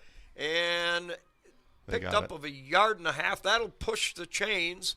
And a 1st and 10 at their own 41. I like it, though, keeping a lid on the explosives so far. If they want to get into a slugfest, that's our kind of game, Brian and Spike. I like that. Yes. But, again, they're going to keep looking down the field. That first snap, they wanted a big play, but Liberty had it covered, and that inside rush really caused the disruption to Braden Schreck. Looks like we got Cam Colley following Sean Terry, kind of shadowing him to at least to his side. They got him on a slot here. All right, with the wing right set. Now 2 wide outs to the wide side of the field. Quarterback on a jet sweep, tries to kick it outside. Tigers sniff that out, and that's going to be stopped for no gain. Well, a lot of Liberty Center Tigers there in the backfield, and really forced Caden Edwards, that little dynamic running back / Wildcat. We see him in good-looking player, but Liberty's defense, again, getting good penetration early. Look at all those Tigers in black uniforms. And then, again, Waylon Arentz think he's come to play today? He clips about 4 tackles on 4 snaps, man. That guy is playing out of his mind right now. Now the ball on the close hash mark. 2 wide outs to the wide side of the field. 1 over here. Motion back to the ball. Now he'll stop, reverse, go right back to where he was. Play action, throws it out there, and the flat's caught. That's got running room. And pickup of about 10 yards on the play, up over midfield, and it's a 1st down for Ironton. You talk about Liberty's corners and snipers making open field tackles. That one had potential to go the distance, but good job by Blake Garber on a tackle. But Liberty had guys there, but 1st down, and Ironton now putting together a drive, the third 1st down on this drive, but I'll take Terry on the ground, and he is running free. We'll take it driving this clock, too. I'm okay with it. To the short side of the field, they put trip receivers with a man in the slot, single setback, motion this way. They give it on a little scissors back off the side and cuts it out there, breaks 1 tackle, still on his feet, spins out of another tackle, down to the 30, and down near the 25-yard line. So a gain of about 20 yards. We've got a couple different flags out on the field in different spots. Well, there's Zane Williams right there. I mean, you're talking about hopefully there's a holding call in Ironton, but that's going to be a major face mask penalty. He was spinning and driving. Zane Williams, tough runner, and got a big gain. But I'm thinking where that flag's at, holding against Ironton. That's good. Face mask. Should offset here. Holding. Offense, number 18. Face mask on black. Those penalties offset. 1st down. That's a win for Liberty Center right there, Spike, to get out of a big explosive. And, again, you saw Zane Williams, another guy that really can play football. Look at how tough he's running. Look at that stiff arm. That's a college running back right there. Look at that boom. Just threw him big off. Kid. Yes, he is. Spin. Ooh, there's the face mask by the way, averaging, this is very approximated, but Ironton averaging 8.5 touchdowns a game in the postseason. Liberty, by the way, averaging 6.5. So this is a good offense. All right, 1st and 10. Kicks around outside. Goes straight up the middle. And Braden Schreck, quarterback number 12. Jigs, we talked about it. He will run the football. They know all eyes are on Sean Terry, and Terry is as good of a decoy as he is primary runner. And yeah, I followed that. And Braden Schreck, excellent on his feet. He's just as effective picking up 1st downs and getting 5 yards. I love what I'm seeing from this defense so far. We're going to bend in this game. There's no doubt. The Ironton's going to drive the football, but look at this. We got 6 minutes. It's a 6-minute drive so far. I'm okay with that. Drive this clock down. Oh, yeah. We can get a stop, get the ball back. That's exactly what we want to do as well. All right, that was a gain of 3. So 2nd and 7 from the Liberty 46-yard line. Now motion back the other way. Trip receivers to the short side. Quarterback looks, now scrambles a little bit. Hit right there by Rentz. And he might pick up a couple yards on the play. It'll bring up 3rd down and about 3. Great corner play by Liberty Center all year long. Schreck looks downfield. Neither target is open. He looks to his 3rd progression. He isn't open. The discipline Liberty Center inside out in this defense, all 3 levels showing great promise thus far. If Braden Schreck has to run the ball for 4 or 5 yards instead of throwing it to Sean Terry, I'll take it. Okay, from the Tiger Liberty Center 41-yard line. Double wide out to either side. Quarterback's going to try to keep it. Scrambles, dives forward, and he'll pick up 3 yards, and that'll move the chains. The ball now at the Liberty Center 38. Going to hurry up here, a little sugar huddle here with the offense, but again, we talked about it. They can go explosive or they can matriculate right now. You know, Ironton's done a really good job of picking up a series of first downs. Clock is running, but they have controlled this drive. All right. Trip wideouts to the wide side. Quarterback out of the gun. Tries to scramble. Breaks one. And now hit by Cruz at the 35-yard line. So a pick up a 3, but a good job to come up and make the stop is Gary Cruz. Stephen Brogan's got to break down, get his head up, and put his hat on that belt of that quarterback. He had him for a tackle for loss, but Garrison Cruz closed big time, got him down with a 2-yard gain. All right, so the Liberty Center defense has been playing gamefully here, but they need to come up with a big play. Trip receivers to the wide side. Quarterback all by his lonesome. 5 yards back. Looks, has time. Now drills to the right. Pressure there, and finally throws it away out of bounds. Coverage. Love it. Coverage. Liberty in the back end. We've talked about those snipers. Linebackers underneath all the drags. The deeps are taken away. I'll tell you what, we are seeing some phenomenal corner play out of Cammie and out of Grady today. Fantastic. Another looking vertical again. Not there, and then here comes Goose.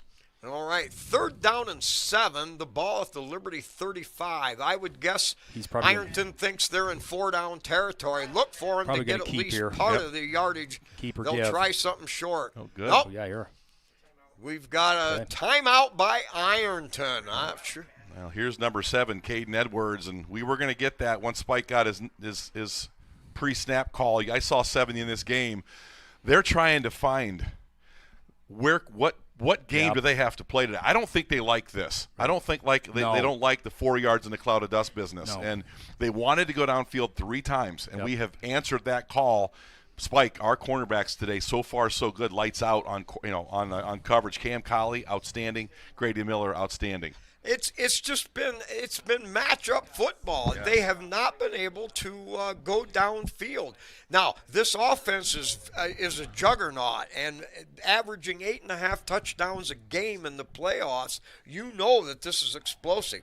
But Liberty Center is playing as well as they can, and if you keep playing this tough, there's going to be a mistake. We'll talk about it a little bit, Brian. The defensive backs have been sticky all year, and we're getting great drops out of the snipers. There's no one open back there right now. No, it's been outstanding. This is exactly what Liberty Center wanted to do. If you want to run the football and you want a quarterback run and pick up some first downs and drive the football, that's okay. Because eventually we're going to get a stop, get the ball back. I'm okay with running this clock down and shortening this game. That was going to be a key for Liberty Center. Limit possessions, shorten this game up. Even if they have to drive, I'm okay with it. So it's been great so far, over the top. Nobody's been open down the field. The quarterback has hurt us a little bit, but you're gonna have to give something. 3, 4, 5 yard gains. Even there, we've contained him. 3, 4, 5 yard gains, Spike. You're right. And I think you're also right, Spike. I think Ironton's in 4-down territory. Yeah. This is not the kind of offense they want to play. They want to go big. They want to splash. They want to flash. Liberty Center so far keeping the lid on Ironton right now. Good tackling too.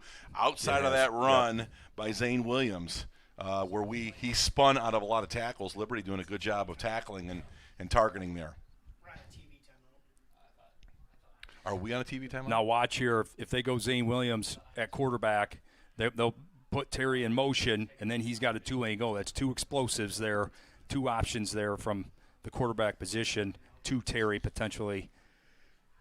Yeah, Caden Edwards, number 7, is their wildcat guy. He's kind of a slot wing, good receiver, good Yeah. athlete.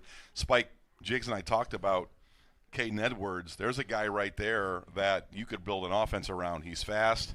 He's elusive. He can throw Yeah. the ball a little bit. And you can always option off Sean Terry. And we haven't felt the full effect yet of Sean Terry. You know, there's going to be a lot more opportunities for that guy as this game goes on. 3rd and 7, though. Big-time opportunity for Liberty to get off the field here. Okay, timeout. Team returns to the line of scrimmage. They show trip receivers over here to the wide side, 2 to the short side. Quarterback by himself, now motion back to the ball. He fakes that hand, throws a slant over the middle. That's caught, leaps over a tackler, buzzes past another one. That's the 15, the 10, the 5, and into the end zone. The Ironton Tigers on a very athletic yards after the catch. Yeah, but a really quick slant there. And, you know, we got to tackle. You got to get him down. You can't dive at his legs. You got to stay on your feet and drive that helmet right through the belt buckle. And he just hurdled. Who was on the missed tackle here? Hurdled over Thomas Moeller. Was on his knees. Maybe he lost his he lost his footing. But man, oh man, once Sean Terry gets in the open field, you got no shot. Okay, point after touchdown kick. Good snap. Good hold. Line drive kick is good. Well, you know, Garrison Cruz about got that, got clean to the kicker. But Sean Terry, there it was. We just talked about on the timeout. He's going to get targeted. Right. Barely missed just the tip. About got it. Yep. Kellen Weimer about tipped that. But, man, once you get number 4 in the open, and that's huge. Thomas Moeller has been a great tackler all year, but we were diving at feet right there. You know, Blake Garber, a little dive. You can't get these guys to the ground, Brian, when you're diving at them. You can't do it. You got to stay on your feet, and you got to corral. I mean, it's easier said than done. I mean, that's a 4-4 guy. Yeah. So, you know. He hurdled him. Fans will be like, why don't we tackle that guy? Well, he's really fast. He is very explosive. But I'm okay with that drive. You got 4 minutes left in the first quarter. Liberty Centers gets the ball here. We go on a 7-8 minute drive, tie this thing up. Pressure's back on Ironton because they're not okay with 7. I'm telling you right now, they think they can put up 80 on us, and they're going to try. So that was a good first drive for Liberty Center. We felt them out. We kind of got a feel. Now we got to settle in and continue to try to limit number 4. We've been in these challenges before, and one of the strengths of Liberty Center is reacting and revitalizing, recapitulations, if you will, how we go about changing a few things. So I'm not worried at all at this point. I would just say that timeout was pretty timely for Ironton. I was impressed. I think Trevin Pendleton said, we got to get Sean Terry the football. We got to get it to him in space. Quick slant, touchdown. I expect to see a lot more of that as this game goes on. All right, the kick. Short kick. That's going to come down at the 16-yard line. Return straight ahead, a little bit of a seam. I believe it's Bartels. Yep. And Bartels scrambling, pounding, gets up to the 28-yard line. So the Tigers with relatively good positioning on the field. Ironton has given up 0 touchdowns in the playoffs, and they're scoring defense all year, averaging 11 points a game. Their defensive line averages 5'10", 200 pounds. So Liberty's offensive line, I think, has a distinct advantage in this run game. I will tell you, though, number 55, Austin Bump, really popped for me as a run filler. And, of course, Zane Williams is a complete stud. And their D1 kid who can really cover. Does not play much run, but he's a good player too. All right, wing back either side. They give it straight ahead, pounding forward for about 3 up to the 31 is Rentz. Tigers had motion, but they gave it straight ahead. They're going to call it a 2-yard gain, 2nd and 8. Number 8, Josh Johnson, the 6'3", 205 Penn State signee. Doesn't stick his nose in the run game, but really difficult to throw deep on. Yep. He is just covering every 9 cut you got. Here we go. All right, now the Tigers show a double wide out to the far side. One over here, wing is Cruz. They're going to give it to Cruz on a wing. Pounds past one. Spins runs into another tackle. Close to first down yardage. Gain of 7 on the play. You know, I like what I saw there. Liberty Center, you saw Mason Smith in this game and getting down blocking Terry. I like being physical with Sean Terry. He's not a big fan of that. Good run. And that entire wing power series, that 5-6 series we've run all year, Garrison Cruz doing a great job on that. Yeah, Mason Smith's been very effective all year. All right, Tigers, they're going to pound it. Dives at him. Rents gets second down, chumming There's and 24. banging. Breaks one and flips over another. They move the chains on a 1.5-yard gain. Now, Zane Williams, number 24, was there, got penetration. Look at that replay. He He's right sneaks there. in all the time. But, Garrett, you're not going to stop Waylon Rents on an arm tackle. And 24 comes off his block.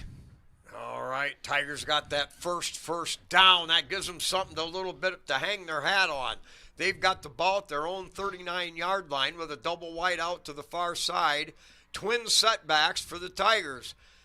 Throws it out there in the slot. Takes one and makes another great move. Caught out there and a gain of 9 yards up to the 48-yard line. Those are the balls we've been calling for all year to get Garrison in some space. We've got guys, Cam Colley in some space. That's a longer throw. You've got some shorter throws to the hash, but I like that. And it's like a running play in Liberty Center. Offensively, as we talk about, Spike, right on time, right on schedule, second short. All right, Colley spread wide to the far side. Liberty's 2nd down and 2. They offset the power side with Cruz over here on the right. Now he'll go back in motion. They'll give it power, and 8 up right there. Mulder had nowhere to go. It'll be a loss of 2 and bring up 3rd down. Jesse Koppas, too much penetration on the snap. But when you're running wide, look at those slants, those defensive linemen slanting and winning those blocks on the inside slant, Brian. And when you run wide, it takes a little time to get there, allows those defensive linemen to get off blocks and get in gaps. All right, 3rd down and 4 from the 45, Liberty's own 45. Wing left set. Now Cruz motion over to the right side, set up over here. Mulder and Rents are going to run on a power play. Rents pounds forward up to the 50-yard line. That's enough for a Tiger first down, a gain of 4.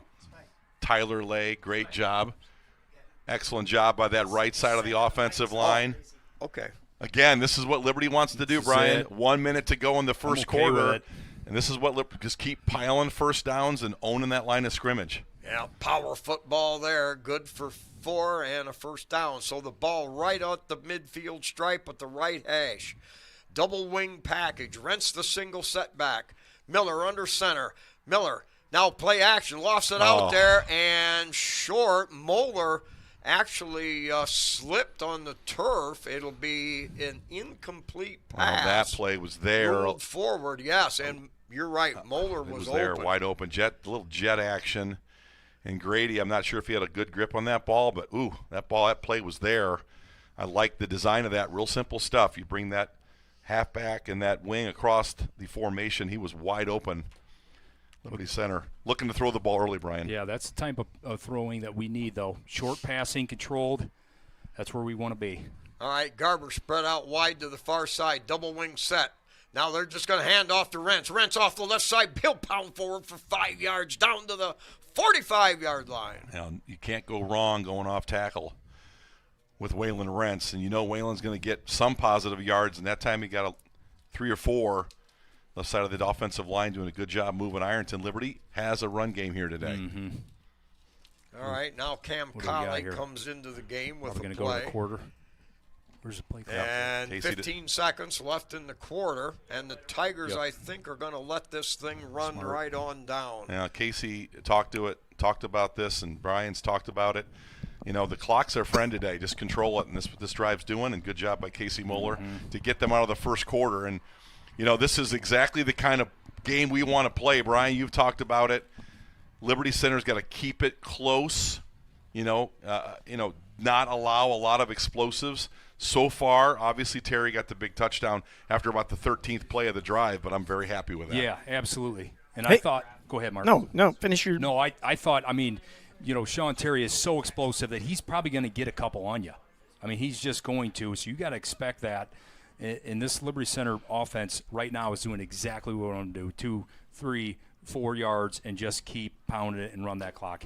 Hey, as we got a break in the quarter here, all year we've been able to bring you these games, and most of the time with video, and it's all done by our sponsors, and we appreciate them. We kind of in a mode where we can't name or run our sponsor commercial or whatever, but you guys know who they are. They've been on our screen all year, and we're very grateful for those. But I'll tell you what we're very grateful for, and you want to talk about Tiger Pride nationwide. 103,000 views as of kickoff of this game. Wow. 103,000. Wow. Guys, that's not people. That's the times that our software's been viewed by multiple people. 37,000 hours of viewing time. Wow. On our YouTube channel. Wow, that's big time. Guys, that's we're beyond blessed with that. So you guys out there, we appreciate you that join us. Also, if you've noticed on our YouTube channel, we're posting replays. We won't today, obviously, because we don't have them, but we're posting all the replays as highlights into our member section. You can check that out on our YouTube channel. But, basically, I just wanted to say thank you for everybody that's out there paying attention, watching us, following us. We love doing this. We do it for our kids, and we're just grateful that so many people have joined us. So fantastic fan base we have. Spike Whitman, Liberty Center football is an institution and is watched all across the country, heck, all across the globe. Liberty Center is global, Spike Whitman. Dozens of countries. 11 countries and more states than Cole Ballman could count on the car in the car ride here before he started getting car sick. Awesome. Yeah, and there was a great write-up in the Signal about Liberty Center tradition, and they went back to when we got into the playoffs and won the state and come in runner-up the next year. But tradition at Liberty, as you all well know, goes all the way back 111, 113, whatever it is, years ago. We need Madame Strock. Madame Strock remembered that number. She remembers. Yeah. So really something. Here, just a quick note. Ironton, they passed for 3,200 yards this year. They've rushed for 1,900 for a total of 5,100. Liberty's, well, we'll get to that in a minute. Tigers now, after our second quarter, man in motion this way. Give power football to Rent. Spins off a hit. Gets inside the 45 to the 44. It'll be a gain of 1. And that'll bring up third down. Quickly, Liberty Center rushes for 3,900, so they've more than doubled Ironton, but they passed for 1,000, and that's where Ironton has the edge. That was a fourth down play, I believe. It's hard to read on the board. Oh. After the clock, it's fourth down, ball on the I'm sorry. Ball on the 4 to go. I'm trying to read that properly. Ball on the 44, ball 4 to go. Good grief. That's a hard scoreboard to read for me. All right, well, Liberty with a couple of first downs, but now facing 4th and 4 I'm going to read at it vertically. the Ironton 46. Wonder if we'll bring the punt unit out here. Looks like we're setting up the punt unit here, Spike. Try to pin them down deep. Yeah, I think if you want to play a Dan Campbell, and if it were 4th and 1, buddy, I'd be thinking about going too. But I think this is solid. Yep. I mean, assuming they punt. We're inside their 45 at the 44-yard line, and we got a weapon in Max Walker, and you can pin a team inside the 15, 10-yard line in high school. You've got their back against the wall, and anything can happen there. Liberty has not run many fakes. One unsuccessful fake earlier in the playoffs, but anxious to see what we do here. Okay. The up back is Rents, 5 yards behind the ball, back to punt, Walker. Double wide out to either side. Good snap. Pooch. He just pooches it. That's going to hit at the 18 there or 13-yard line. Takes a great Liberty roll. Yes, Still sir. rolling down. It's inside the 5-yard line. So the Tigers gain a lot of field position, and Ironton will take over they'll spot it at the 5. Couple first quarter stats, your Liberty Center. 27 total yards against Ironton 78. Ironton 53 pass yards. Liberty Center 8. Ironton 25 rush yards. Liberty Center 19. 1 penalty for 15 yards. Ironton 7 first downs. Liberty Center 2 first downs. Third downs, Ironton was 3 for 3. Liberty was 2 for 3. Number of plays in the quarter. Ironton 13, Liberty Center 9. Average yards per play, Ironton 6, Liberty 3. Average yards per completion, 13.3 and 8 for Liberty Center. All right, so from the 5, standing at his goal line, the quarterback hands it off right up the middle. A spin cut, still going, pounding up, and about a 9-yard pickup on first down on some power spin running. Second down and 1 coming up for Ironton. Now, Liberty's linebackers have got to tackle. Stephen Brogan's got to finish those tackles, but he's been great all year. But Zane Williams, he will spin. Down on him, yep. I'm telling you, he runs with power. He's elusive. He can spin out of tackles. You know, they can play it any way you want to play it. Right now they're playing it the Liberty Center style. Pound it, control the line of scrimmage. Give Ironton some credit. All right, tight formation, wing right with a single wide out to the far side with a man in the slot. Motion coming back this way. They're going to hand off on a little scissors right there, and they hold him to a yard gain, but doggone it, that's just enough to move the sticks. So first down at the 16 for Ironton. Good play by Kellen Weimer. I think Stephen Brogan coming off going to get some coaching, but good job by the right side of the defensive line. Kellen Weimer with some good penetration. And again, Ironton, let's say biding their time. You know, it's just they're going to run the football, they're going to be patient, and they're going to look to Terry for the explosive. So be aware. It's coming. All right, Tigers with their 3-man front. They've got 8 men up in the box. Quarterback out of the gun. Looks back, throws underneath, too high. Go backwards. Ooh. And they're going to call it an incomplete pass, but that pass was high, and he was in trouble had he caught that ball. Now Jackson Bartell's always around the ball. Man, he had a hand on it, but he was getting blocked. Oh, there was that. There it was. Right. Oh, he boy, he almost got it. Boy, if that block, he would have slipped that block. That's the pick you're looking for, and now you're inside the 20 and in business. But Liberty's defense, so far so good. All right, 2nd and 10 from Ironton's own 16-yard line. 5 wideouts. Looks, throws, little drop underneath. That's caught and hit. That's going to be good for about 8. Scrambles forward. Oh, they're going to call him down. Liberty's punching at the ball, which I think is great. You get pack tackling, and you want Sean Terry to get that extra yard spike, get a punch, and knock that ball out, and they were close to doing it. Really good tackle there. 3rd and short for Ironton inside their 24-yard line. All right, 9:48, 7-0, Ironton. So 3rd and short, tight formation, quarterback keeps it, runs, has a little wiggle room, and he'll pound forward for 4, and that'll be enough for a first down up to the 29-yard line. Braden Schreck can run the ball for 5-6 yards a pop if they're getting good, push. And, Ironton doing a good job, right now at the line of scrimmage. They kind of won some blocks there. You saw some Tigers out of position. Got to lock out and hold that gap, and that time Ironton won that snap. Yep. Here's where Liberty Center has to come up with a big play. They're going to hand it off the right side. Hit the backfield, and that's what we're talking about. A loss of 2 yards, 3 yards on the play. Waylon Rentz with so many tackles for loss, Brian, and a great job by Jackson Bartels again. Excellent job on the defensive side right there. Getting off blocks. Too. Oh, yeah. Now we'll see what transpires. Ironton playing behind the chains now with a 2nd down and 12, and they're back at their own 27.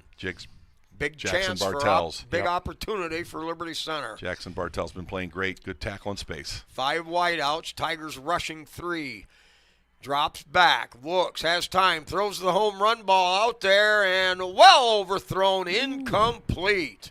Down all the way down to the 30-yard line, fired that ball 45 yards in the air. If he would have came back down, Yes, Terry sir. was wide open underneath. Well, he trusted. You talked about it in the podcast this morning. He likes his arm. He does. And he'd rather air it out instead of he had a second. Terry was wide open. Somebody in the Ironton booth is screaming, hit number 4.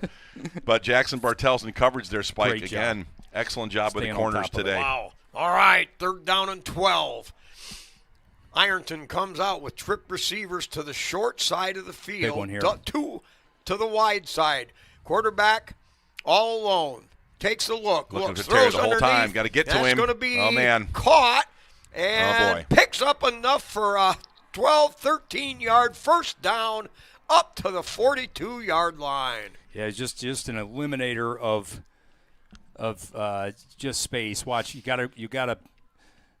Oh man, yeah, just gotta make a tackle. But he is so explosive. You think you got an angle on him, he just eliminates your angle.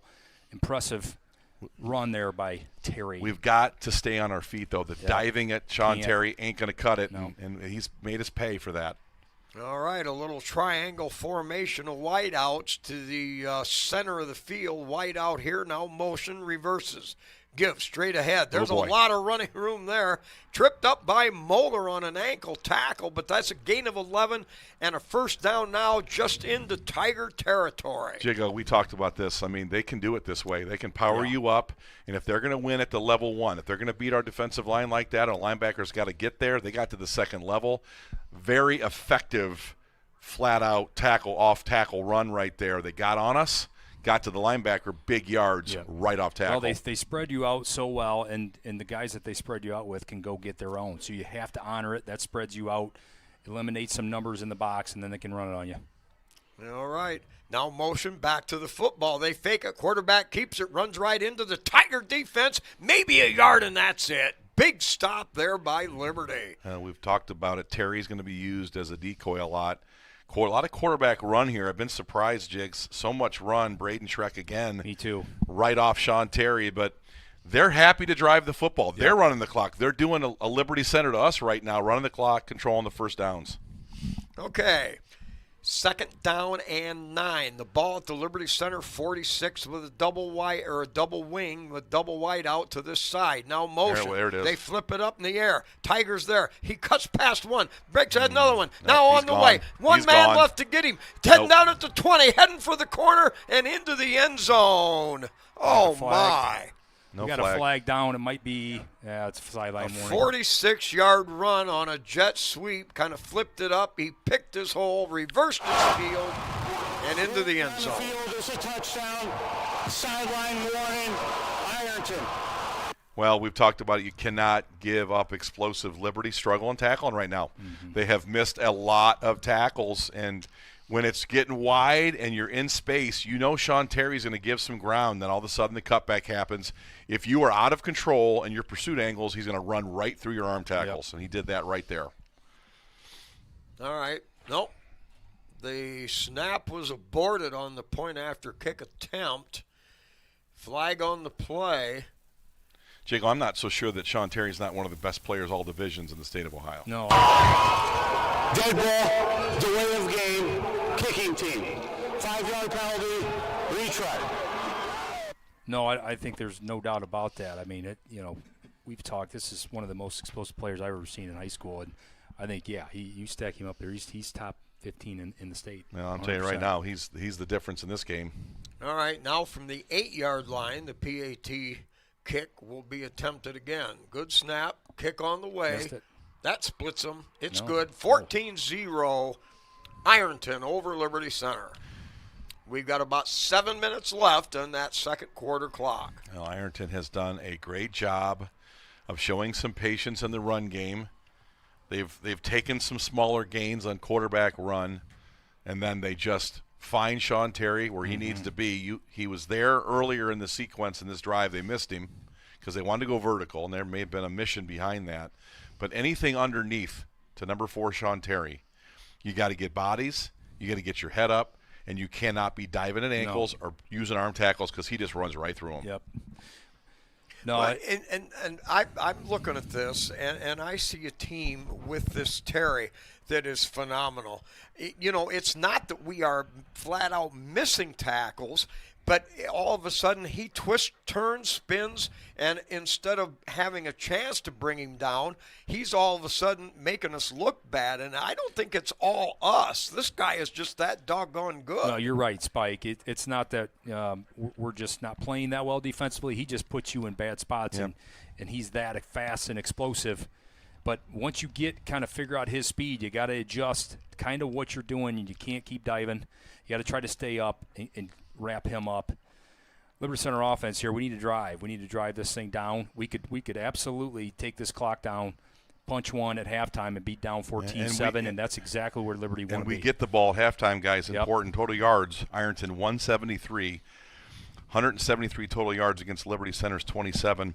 They have been dominating thus far, being up 14-0. Pass yards, Ironton 122, and it's been Sean Terry, to Liberty Center's 8. Rush yards 51, Liberty's 19. So first downs for Ironton have been 12-2 against Liberty. Total plays 24-9. So they've controlled the line of scrimmage, something I didn't think they can do.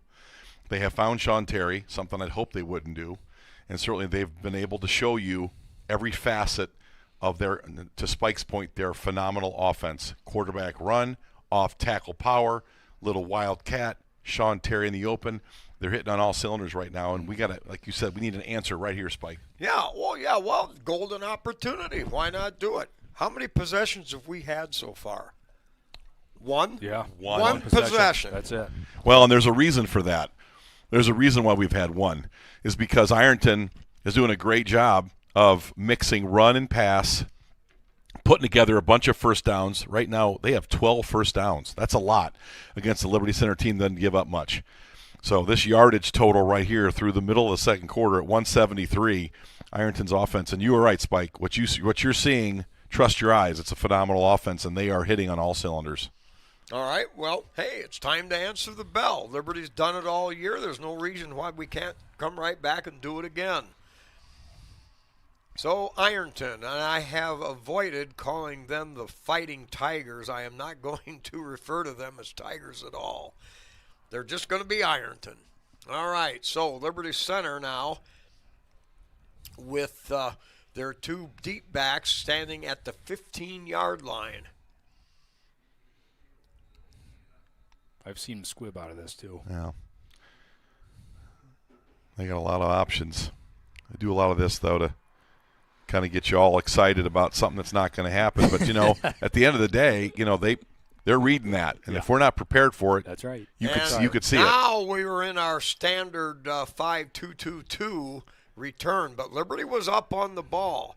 They were ready for a pooch or a punch. Now we see a little extravagance there with this kickoff team. Coach Moeller warned our team this week. He said these guys are going to be cocky. They're going to run. They're going to be running their mouth. They're going to be digging you. He says, throw it to the wind. Don't pay any attention. Yeah, they're a good football team. They're talking smack because they've got a lot to talk about. Okay. Now set for the kickoff. The approach. Comes up short, taken there at the 10-yard line. Return up the middle. Kicks to the outside. Collie up to the 30-yard line. Good return. And the Tigers with the wind. I can't see. It's in their face, I think, here. Yeah. It's blowing. It's a crosswind. It looks like it's blowing. That's that south to north. I don't know. That flag is swirling a little bit. The flags are on this side of the field, the open end of the field, swirling as well. What direction is that, Captain? You have any idea? That way. It is blowing that way around 20 miles an hour. Here we go, Liberty Center. It's probably Tigers blowing come out towards with a the double east. wing set. Garber, the wide out over here with a single setback.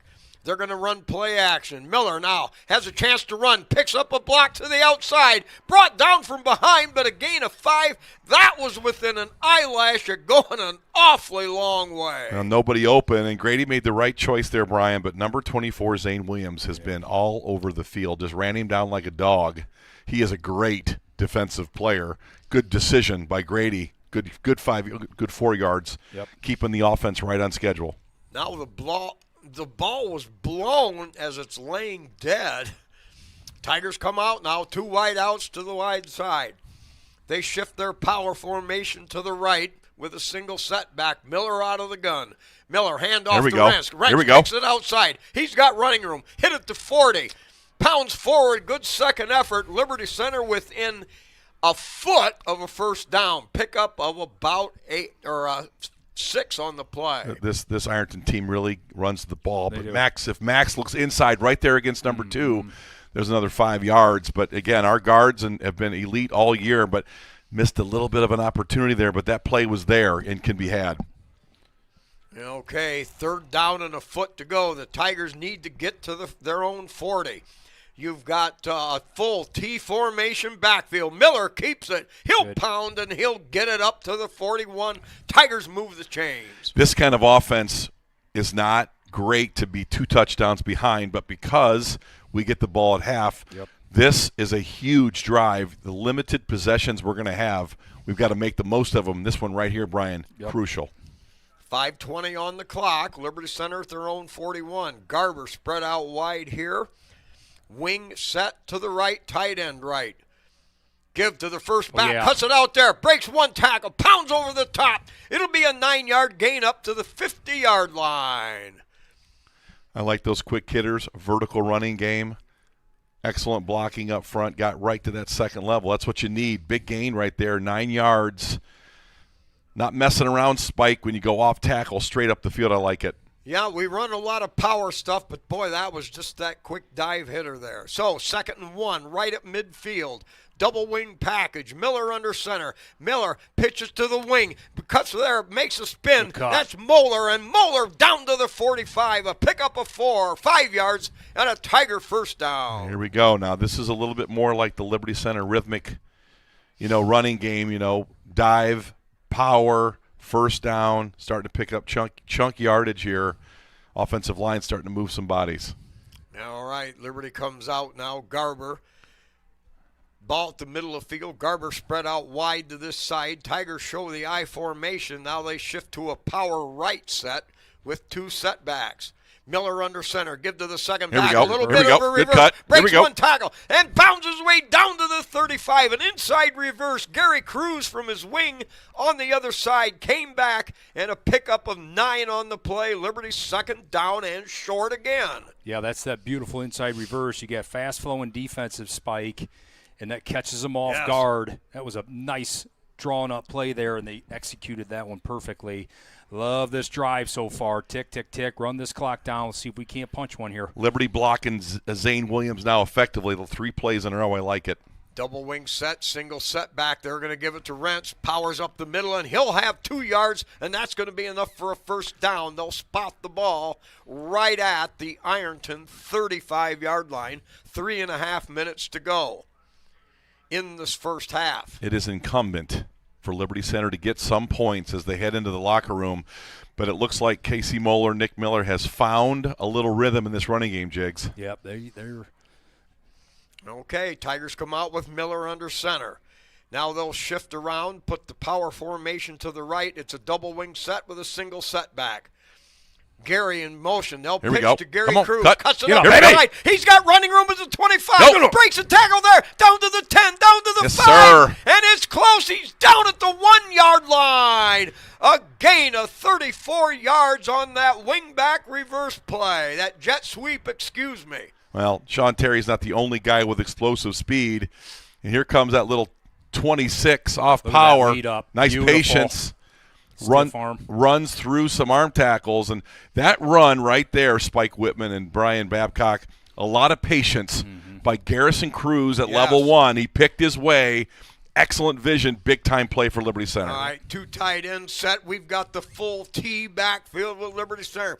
Give to the center back. Rents into the end zone, untouched. It's a Liberty Center Tiger touchdown. Right side of the offensive line, caving things down, walk-in touchdown. It's almost like they gave him that touchdown to get the ball back, but what a drive and answer, Spike Whitman, Brian Babcock, Liberty Center back in this ball game. And remember, we get the ball at half if we can put a stop on him here on defense. How about that 4, 5, 6, 7 hole there? Love man? it. We were pounding them outside, leading up, getting those wing backs involved, and there were some big holes on that drive. I love the way we blocked number 24, Zane Williams. All right, good snap. Fitzenreiter, good hold. Kreinbrink. Ian Rosebrock. He missed it. No good. It floated off to the left. He hit that a little bit differently. He was a little slow on the approach there, but boy, oh boy, good block. Everybody down blocks there. 6 hole, explodes through it. Stiff arms, excellent job. Offensive line, good wing block over there, and a walk-in touchdown. Nice block by Thomas Moeller. Beautiful. Nothing better, Spike Whitman, than to see a bunch of white uniforms on their back. And that's what Liberty Center on that drive put some white uniforms on their back, and missing that extra point, that could come into play as this game is pretty tight. But Liberty now has got to shore up the defense. Big stop here, Brian. Needed a big stop. Well, Ironton's got 2 TOs. They got plenty of time, 2:30 left, but all eyes on number 4. That's a guy that can get loose on you. Obviously, we've seen, so we've got to try to contain him on this drive here. Try to get to the half. Tackling is huge on this drive. They're going to Sean Terry. Doesn't take a great analytical mind to know he's the best player in this football field today.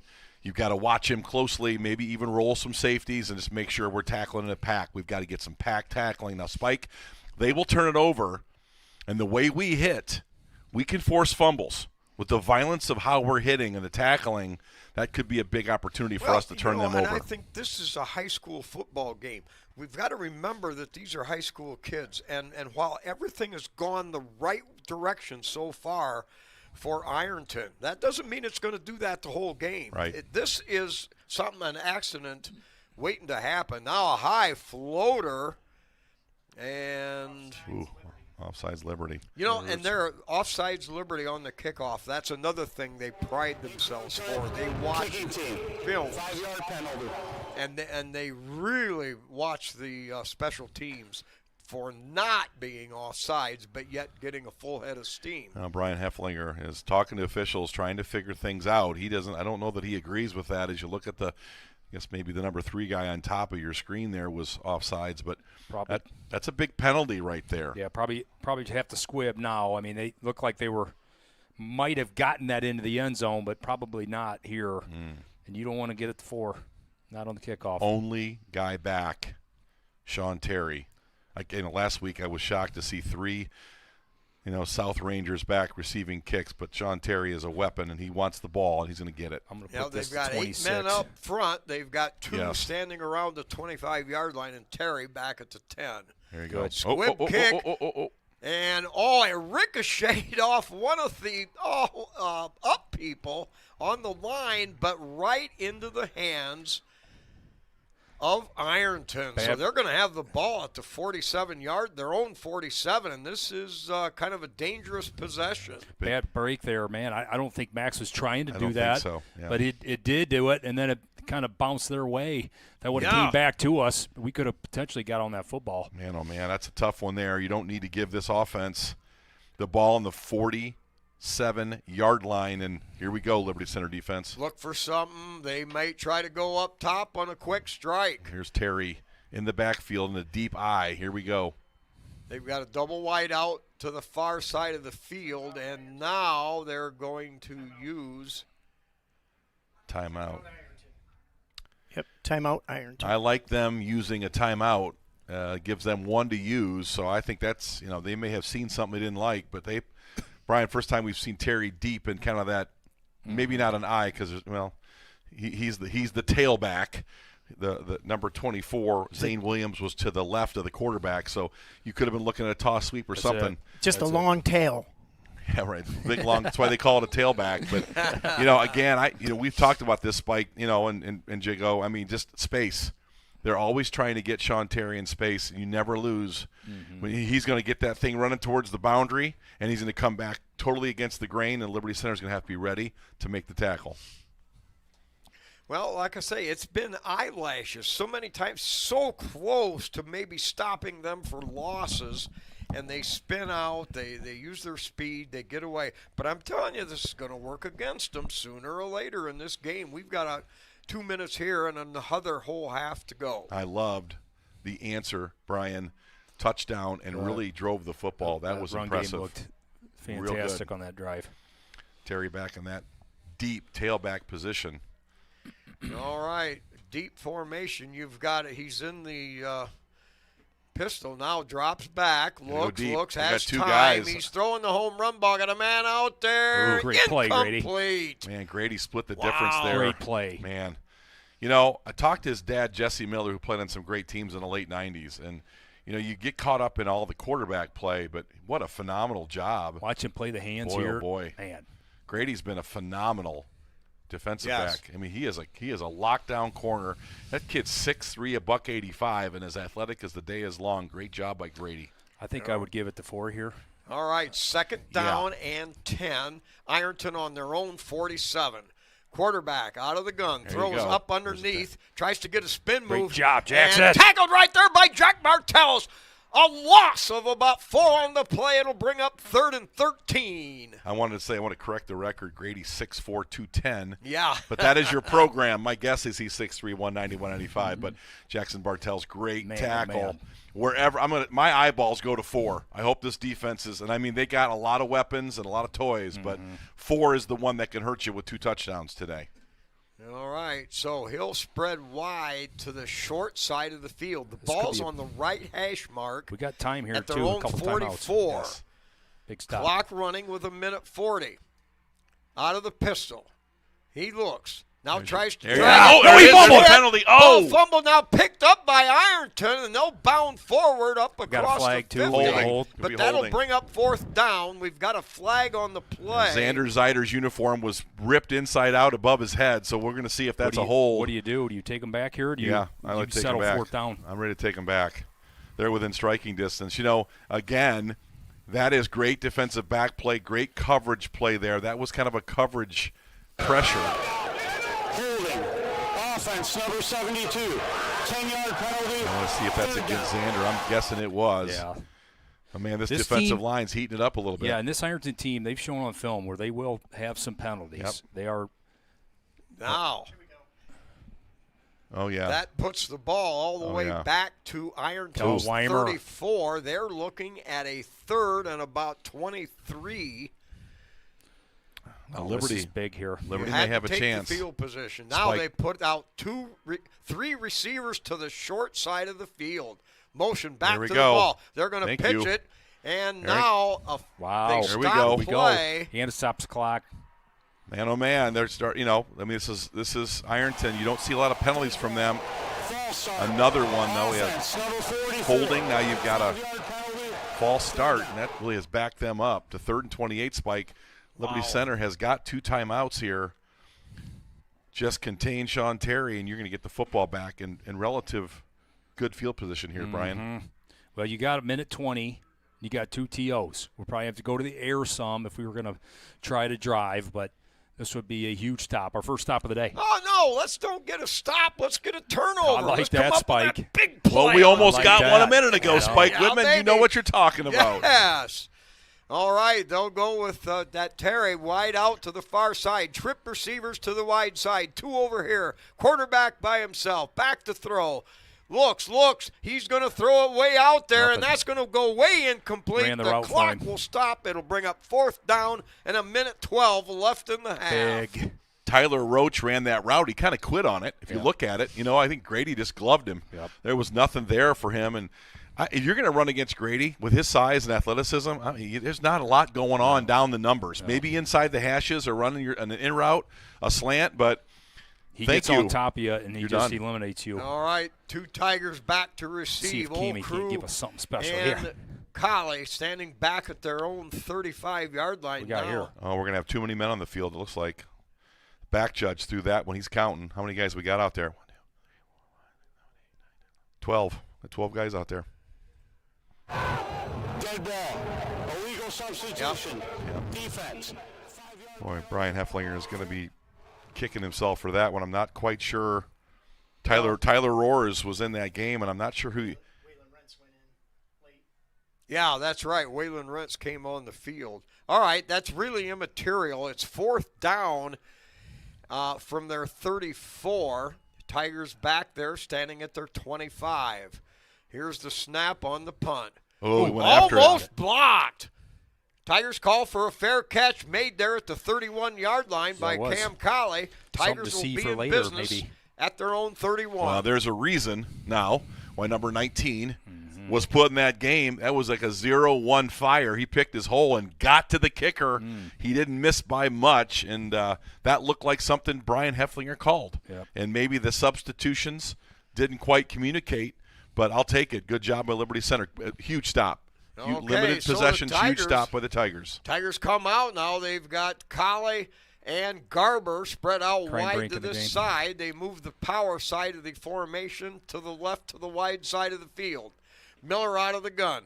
Miller on a handoff, looking for running room, kicks it He's got outside. it. Keep Still going. one is banging away, up across the 35, up to the 37. Gain of 7 yards, and the clock running at 55 seconds. Caden Kreinbrink in the game. He can get the ball down the field. That's probably why he's in this game right now, right here. Kreinbrink, hands off. Yeah. They kick it outside, tries to dive forward, Good. and steps out of bounds right at the 10-yard marker, and I believe that should move the chains. Jago, I think Caden Kreinbrink can reach Yeah. the 30-yard line, on a throw, and that gets us in Ian Rosebrock's range. So, they've run 2 run plays, and I think that's part lulling guys to sleep. Ran to the short side of the field there, to the boundary. First and 10. Still 2 timeouts. All right, Colley and Garber spread wide to the wide side of the field. Out of the gun going is Cammy Kreinbrink. Yes, they. Oh, They're here's gonna- the reverse. Go. Reverse, kicks it outside. Go. Good block. Here's Cruz breaks one, packs on another. Oh, yeah. Tigers Timeout. ramble and roll Timeout. all the way down inside the Timeout. 40 to the 35 Timeout. to the 31. Timeout. Great play call. Ooh. Got it to the short side to the boundary, and then ran the reverse right back to the field to give Garrison Cruz a lot of room. Casey's not happy about it. I think he thought he got the timeout earlier. Well, that's probably 12 seconds. I saw him saying timeout, timeout. All right. Well, hey, this is where we want to be at the 33-yard line What a of play call. Ironton. What a First play and call. 10. Well, they ran the ball prior to the boundary and then had the field, and you put Garrison Cruz to the field. He's pretty talented, too. He's okay. Yeah. He's okay. He's okay. He has a great combination. He's got a great combination of speed and power. He's got another gear. Not that Waylon doesn't, but Garrison's got a gear plus. That's an explosive play in the run game right there. Liberty Center, last 2 drives. This coaching staff, coaching staff now has found a rhythm. They found some things they like. That's Ryan Miller in the booth with Spangler and Howe. They're seeing some things spike, and you're starting to see some success. That's right. Everything's clicking into gear. Tigers had to overcome some adversity here, and as far as the football game, natural, but it's there. So we are going into the win here. Looks like the flag's on the goalpost, not moving a whole lot, though. No, it shouldn't be much of a factor. Another 10, 15 yards here, I think we'll be in field goal range. I know we'd like to punch one here, but we have some options. Now, Colley and Garber spread wide to this wide side. The ball on the far hash with a wing right. Now they reset wing left to the wide side of the field. Miller out of the gun. Miller rolling left. No, Kreinbrink, I'm sorry. And that's caught up there, or down there at the 26-yard line. And they're going to run the clock still running. Get up. I don't know if can they get there? They got to get 2 plays. All right, they'll chalk the ball. They have about 11 seconds left. Yep. 13. 13 seconds, and Liberty still have the 1 timeout. So they can run a play and get the clock stopped. Ball at the 27. That took some clock. I like the throw, but I want that more towards the sideline. That was thrown more to the inside. So here we go, 13 seconds. All right, Tigers put Cruz and Colley spread wide to the far side with a double wing package. Ironton timeout. Timeout. Ironton. Their third and final timeout. I would almost look, run here. Give me 7, 10 yards, and then let's let Ian Rosebrock give it a shot here. Okay. I love the beauty of it. I love that idea, that concept, and at the same time, Liberty is in a position where they can still throw the ball downfield. Right. So they've got a myriad. The playbook is wide open. There was a couple snaps in there that we lost about 13 to 16 seconds. That would have given us an additional play with a timeout, which would have given you another option to run or pass. Now I think we're locked in. Have we made the decision to kick the field goal? Then I agree with you. And I think it's a run, quarterback draw, a short throw to get the ball maybe to the middle of the field. Right. Huge to come away with points of any sort right now. Right. Now remember, it's 3rd and 4. So this is we've got to get the first down on this play. Okay, the Tigers show a double wide out to the wide side with a double wing set. By himself is Kreinbrink. Back to throw. Run it. He's now scrambling, kicks it outside, gets down to the Timeout. 22, Good. and Liberty Center gets their last time out into the book. What's that? 30.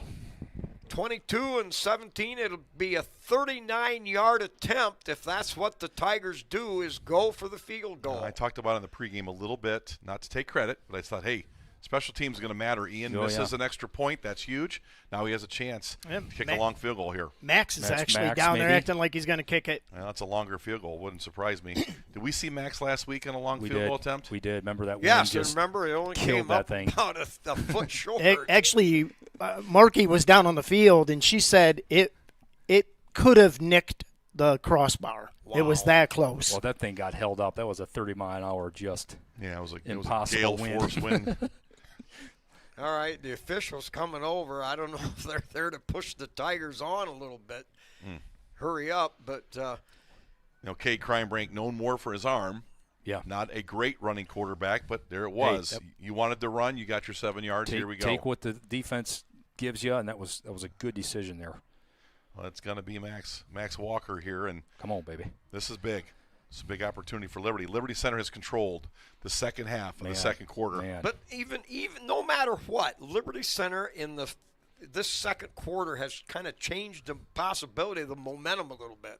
All right, here we go. Good snap, good hold. That was Kick good. on the way. He got it. It is. Yes, sir. Wow, look at that. Wow. Come on. Yes, Boom, sir. Bam, bam, boy. Yeah. All of a sudden, 14-9, and the Tigers with that 2-minute Huge. offense. Whoa. Huge. Wow, they come down and get a very key field goal. Jiggs nailed it. Let's run the ball. That's the end of the first half. Oh, Yeah. my goodness. Look at that ball. It was Look at crushed. the momentum. Yes, sir. He drilled that thing up in the stands, too. Oh. I'll tell you what, if you don't love Max Walker as a special team, he punts a ball inside the 5 earlier Yes. and then drills. What was that, Spike? A 39-yard field goal? 39-yard field Yes, goal. sir. Liberty Center, outstanding second quarter. Flip the script. Liberty's in this ball game, and they get the ball at half. It's beautiful.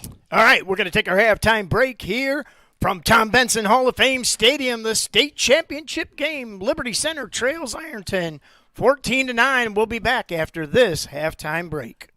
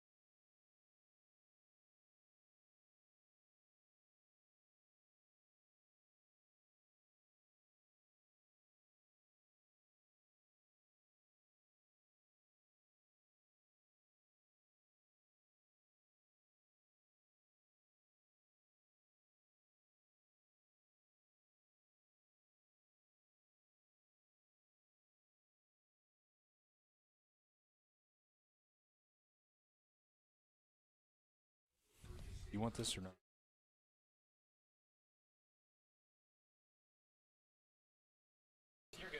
All right, we're back here at Tom Benson Hall of Fame Stadium for the Division 5 State Championship. It's Ironton 14, Liberty Center 9, but I'll tell you what, the tides of March are changing. That's the Ides of March and the tide of the state championship game, Mark Hey. Bly. Did you hear that pop? You just busted my bubble. Well, listen, I'll tell you what, you're right, though. Whatever the saying, you were right. The eyes of Texas are upon you, The too. eye- there you Throw them go. all in there. Liberty Center second quarter, and Spike nailed it, Brian nailed it. That field goal at half, I think it was a 39-yarder. It may have been a 34 by Max Walker. He just buried it in the stands. That is a weapon. Liberty Center, great second quarter after a shaky first quarter. Here are the numbers at half. The score, obviously, Ironton 14, Liberty Center 9. You wonder why there's a 9 there. We missed an extra point. First downs, Ironton 11, Liberty Center 9. Rush yards net, just a net rushing yard. 14 attempts for 51 yards for Ironton, and Brian Babcock, Liberty Center, got it going. 20 carries for $130, and a bunch of that came in Q2. That was a phenomenal performance by the offensive line running the football. And you hinted that might not be done yet. Liberty gets the ball at half, excited to see this first drive. Passing yards, 111 for Ironton. A lot of that going right to Sean Terry. He had 6 catches on 7 targets for 111 yards, 2 touchdowns, and a big play of 46 yards. He scored both touchdowns for Ironton. We knew it'd be a handful. He's delivering on that. Liberty 2 for 4 in the pass game, not doing a ton there. Total offensive plays, 28. And 162 yards total at half for Ironton. And Liberty Center, 24 plays for 144. Spike, pretty even, Steven, on those numbers. Pretty exciting for Liberty. Third down conversions, Ironton 5 of 6, Liberty 4 of 5. This game looks pretty even. A punt for 35 yards for Ironton, 1 punt for 39 yards. But Max Walker, complete stud special teamers, got the ball inside the 5. He's played a huge role in this game thus far. Ironton's quarterback, Braden Schreck, has 23 yards rushing.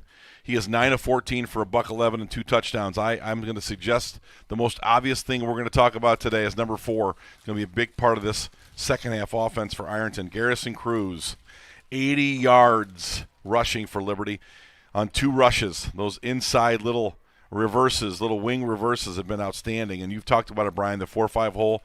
5-6 holes are available here. Waylon Rentz, 10 rushes for 31 yards.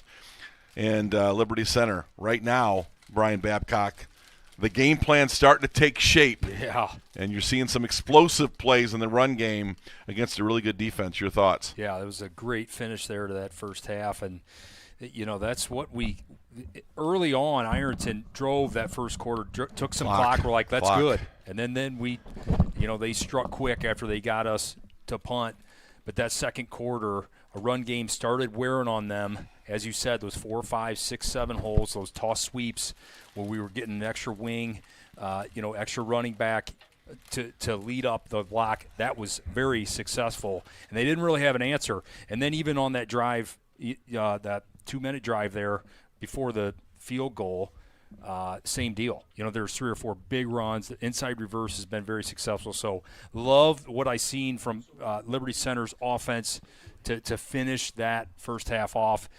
And defensively, it's number 4. It's number 4. I mean, that is the guy that is absolutely going to hurt us and potentially, give us he will give us problems second half. So we got to get eyes on him. Spike Whitman, Liberty Center's defensive backs have been locked down the entire half there. Not a lot of pass plays down the field.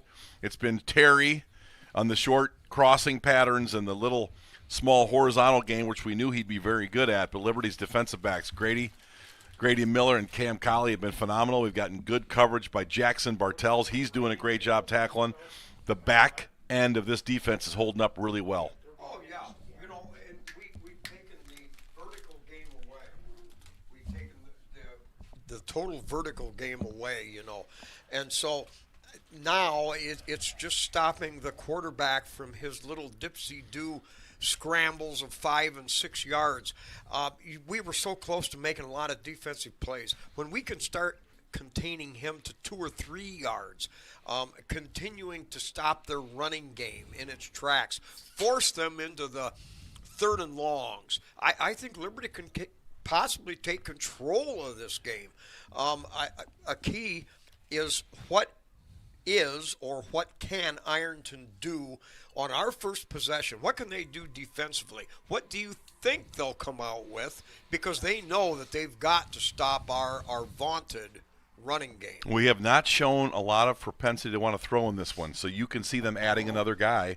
We've seen the last 3 playoff teams decide to add guys, not just a 4-man line with your hand down, a 5th and 6th and maybe sometimes a 7th guy, half a guy on the line of scrimmage. One of the things I like Liberty's done is neutralize Zane Williams, who was a dominant first-quarter defender for Ironton, big-time tackles, a lot of penetration. So Liberty Center, this is a gigantic opportunity for them to do something great here with the football. Here's the kickoff. That's going to go over Liberty Center's head, and it's going to roll down to the 3-yard line. He's got a little great go.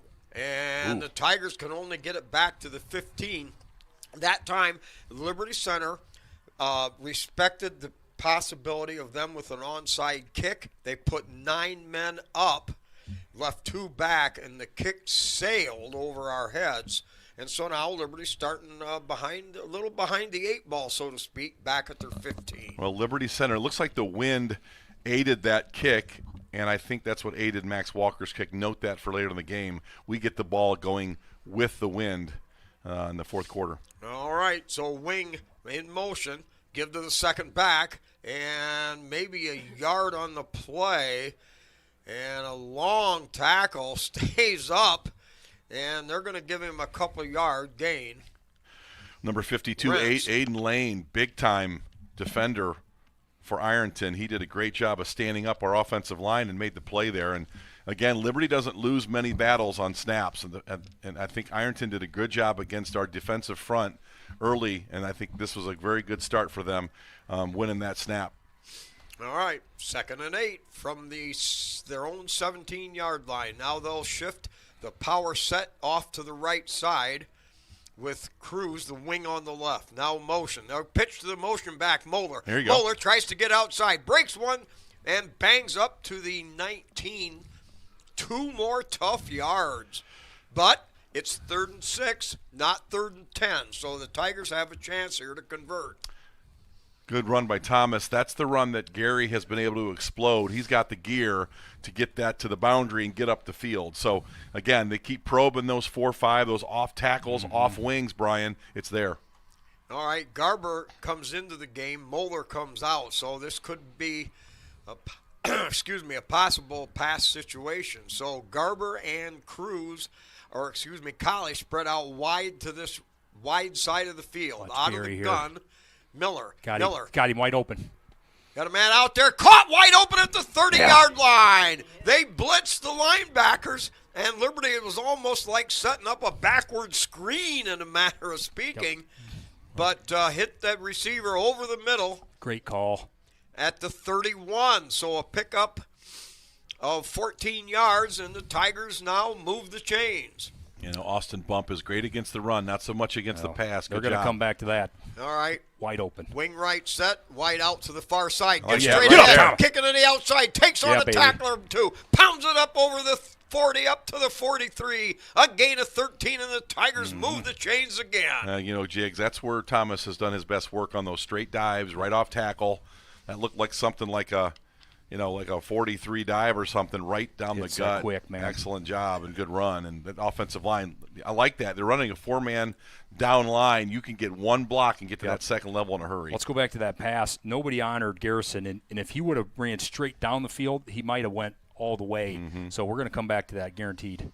Now the Tigers come out in the double wing package, rents the single setback, motion. They're going to pitch it to Gary. Gary tries to find a hole. Yep. And a flag on the play, and that does not look good from where it was thrown. No, I tell you, when you go wide, those defenders are running. Oftentimes you start holding on the backside. Looks like Gieske's kind of shaking his head. Offense number 55. Yep.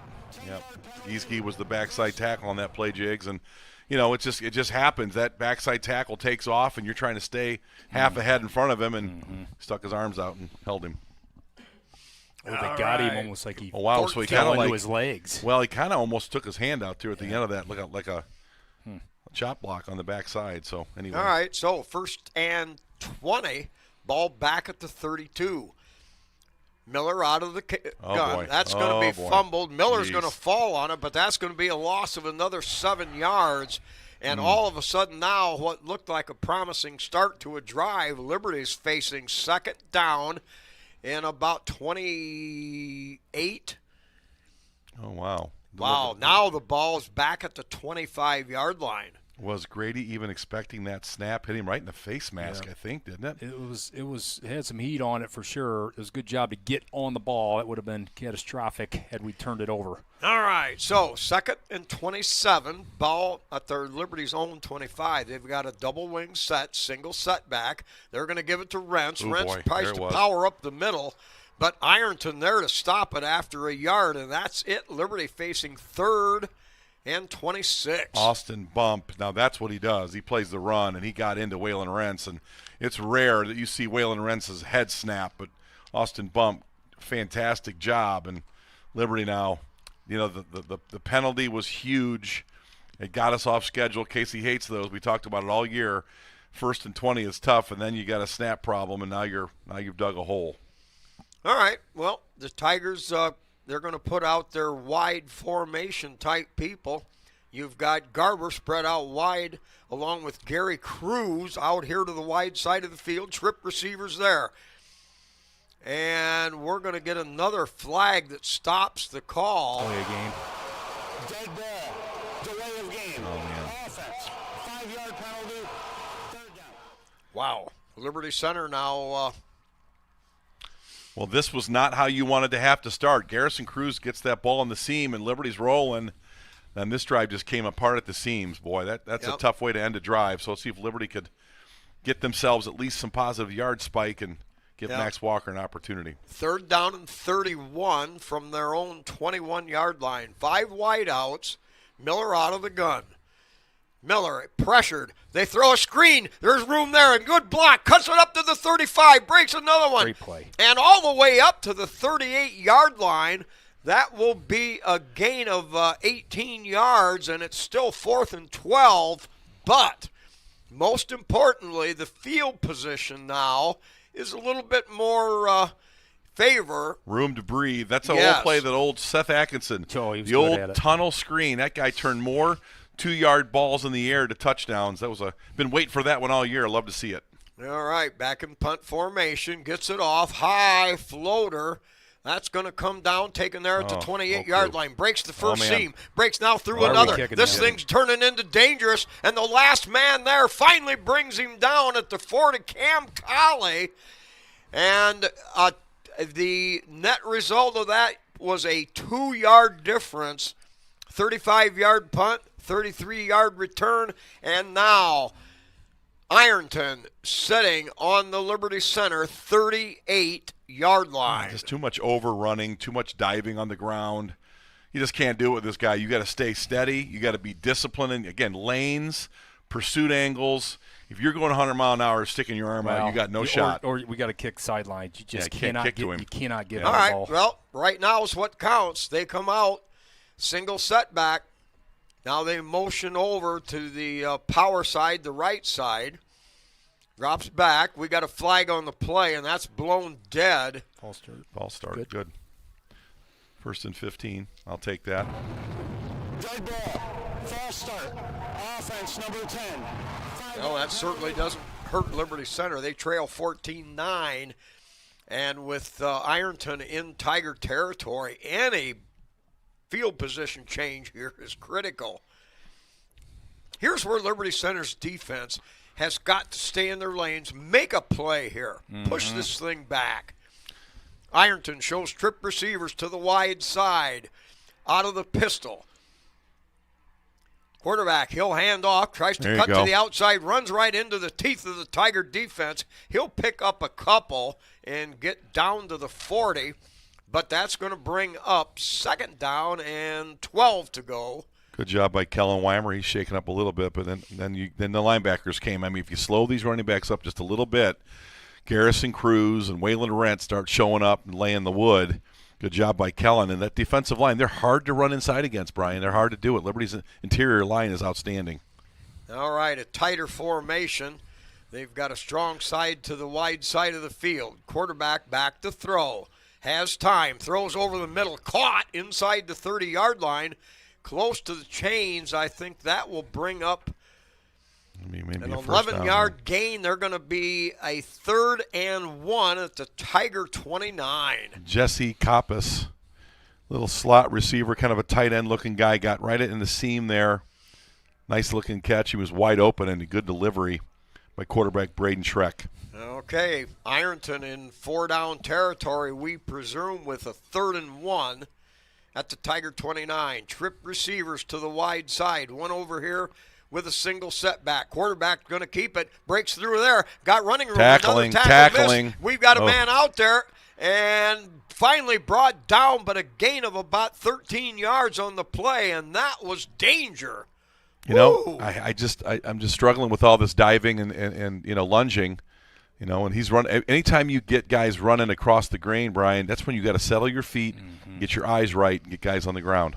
All right, so from the 17-yard line, 1st and 10 for Ironton. Motion this way. They're going to pitch it to the motion man. man. There you go, Jackson Runs right Bartels. into That's the a great tackle, job. Bartels brings him down. No gain on the play. That play's been well scouted.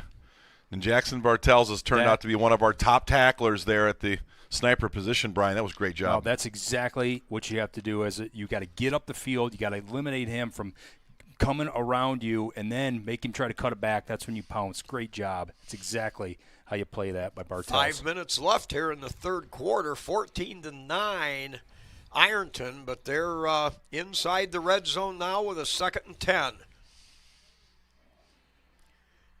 Double setback with the quarterback. Now motion comes back to the right side. They're going to run play action in trouble. Max Walker. And Sacarino! Yeah, baby! Oh, Max Walker. Loss of about 5. Tell you what, there's a good athlete. Max Walker just coming up Great job. like a straight bullet train to the quarterback, and excellent job. Look at just flattened that route out, too, and got right to the quarterback and got him to the ground.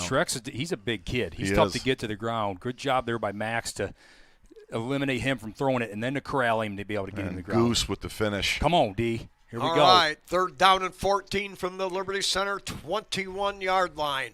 5 wideouts. Back Green. to throw. Throws underneath. That's going to be Yes, caught. sir. They're going to catch Great him job. for a loss on the play. That was it's Geezy. about a 7-yard loss. Number 4. Boy, that time they had him corralled. They kept him in, and pow! What a big Man, play. That play was made by the Goose. Yes, it was. Penetration. He was in his way when he turned to go. Great job. Goose reads the kind of tunnel screen. He's right there, and then Waylon Rentz. Staying all over you. You know, when you slow him down, you got a chance. That's it. And that's Goose Giesge, what he did right there. He didn't make the tackle. He made the play spike. man. And then here comes your senior to clean the mess Wow, up. they're going for this here. 4th and 20. Here we go. Yeah, 4th and 20.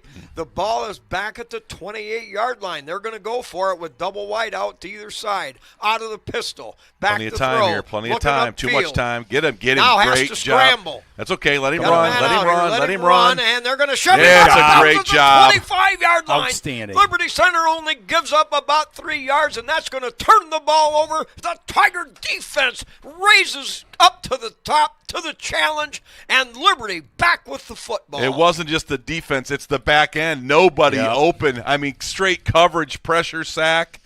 Nothing there. Boy, the back end has been A+ this season, and that play right there, that was an enormous play by our defensive backfield. From Thomas Muller in the middle, no windows open, and then our 3-man rush finally got home. But goodness gracious, Outstanding. what coverage by Liberty Center Spike. That is a big-time football play right there. That play, that stand, when they had everything going, they had a 1st and 10 at the Liberty 17-yard line. They shoved them back 11 yards all the way back. And now Liberty takes over at their 23. Well, this is a heavyweight battle. Now you're in the middle of the ring.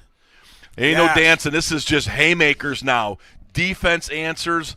Obviously great job by Ironton on defense, some bad penalties, some sacks, some great coverage, getting guys to the ground. Liberty's stepping up here on defense. I told you it's a defensive team, Brian. You don't listen. You think we're great on offense, and we are, but we're great. We're really great on defense. That was a huge stop. He had all day to throw. He did.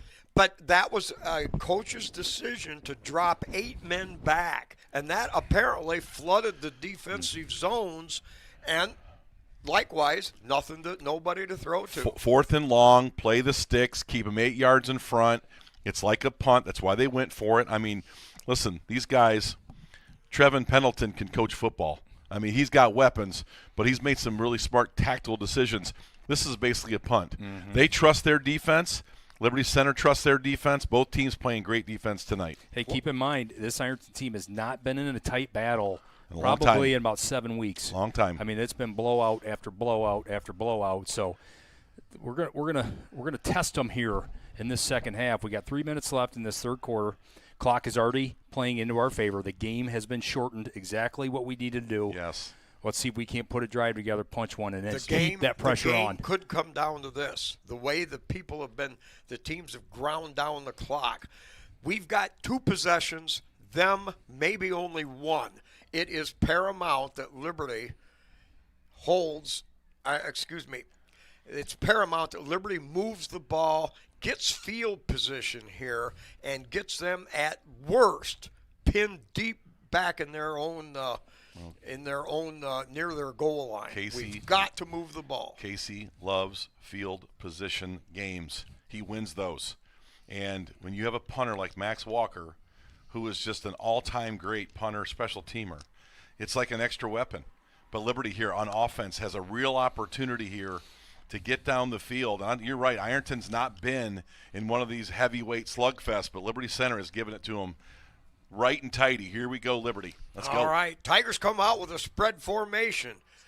You've got Cruz and Colley spread wide to the far side. Rentz over here with a double wing set. They're going to give it to Rentz. Rentz runs into penetration, and he's going to lose 2 yards on the play. I thought Whalen could have cut that up. It was a great block by Tyler Lay. Basically pancake number 55. Austin Bump, pancaked him. Yeah. But Whalen kind of took it on the outside shoulder, and bad decision there.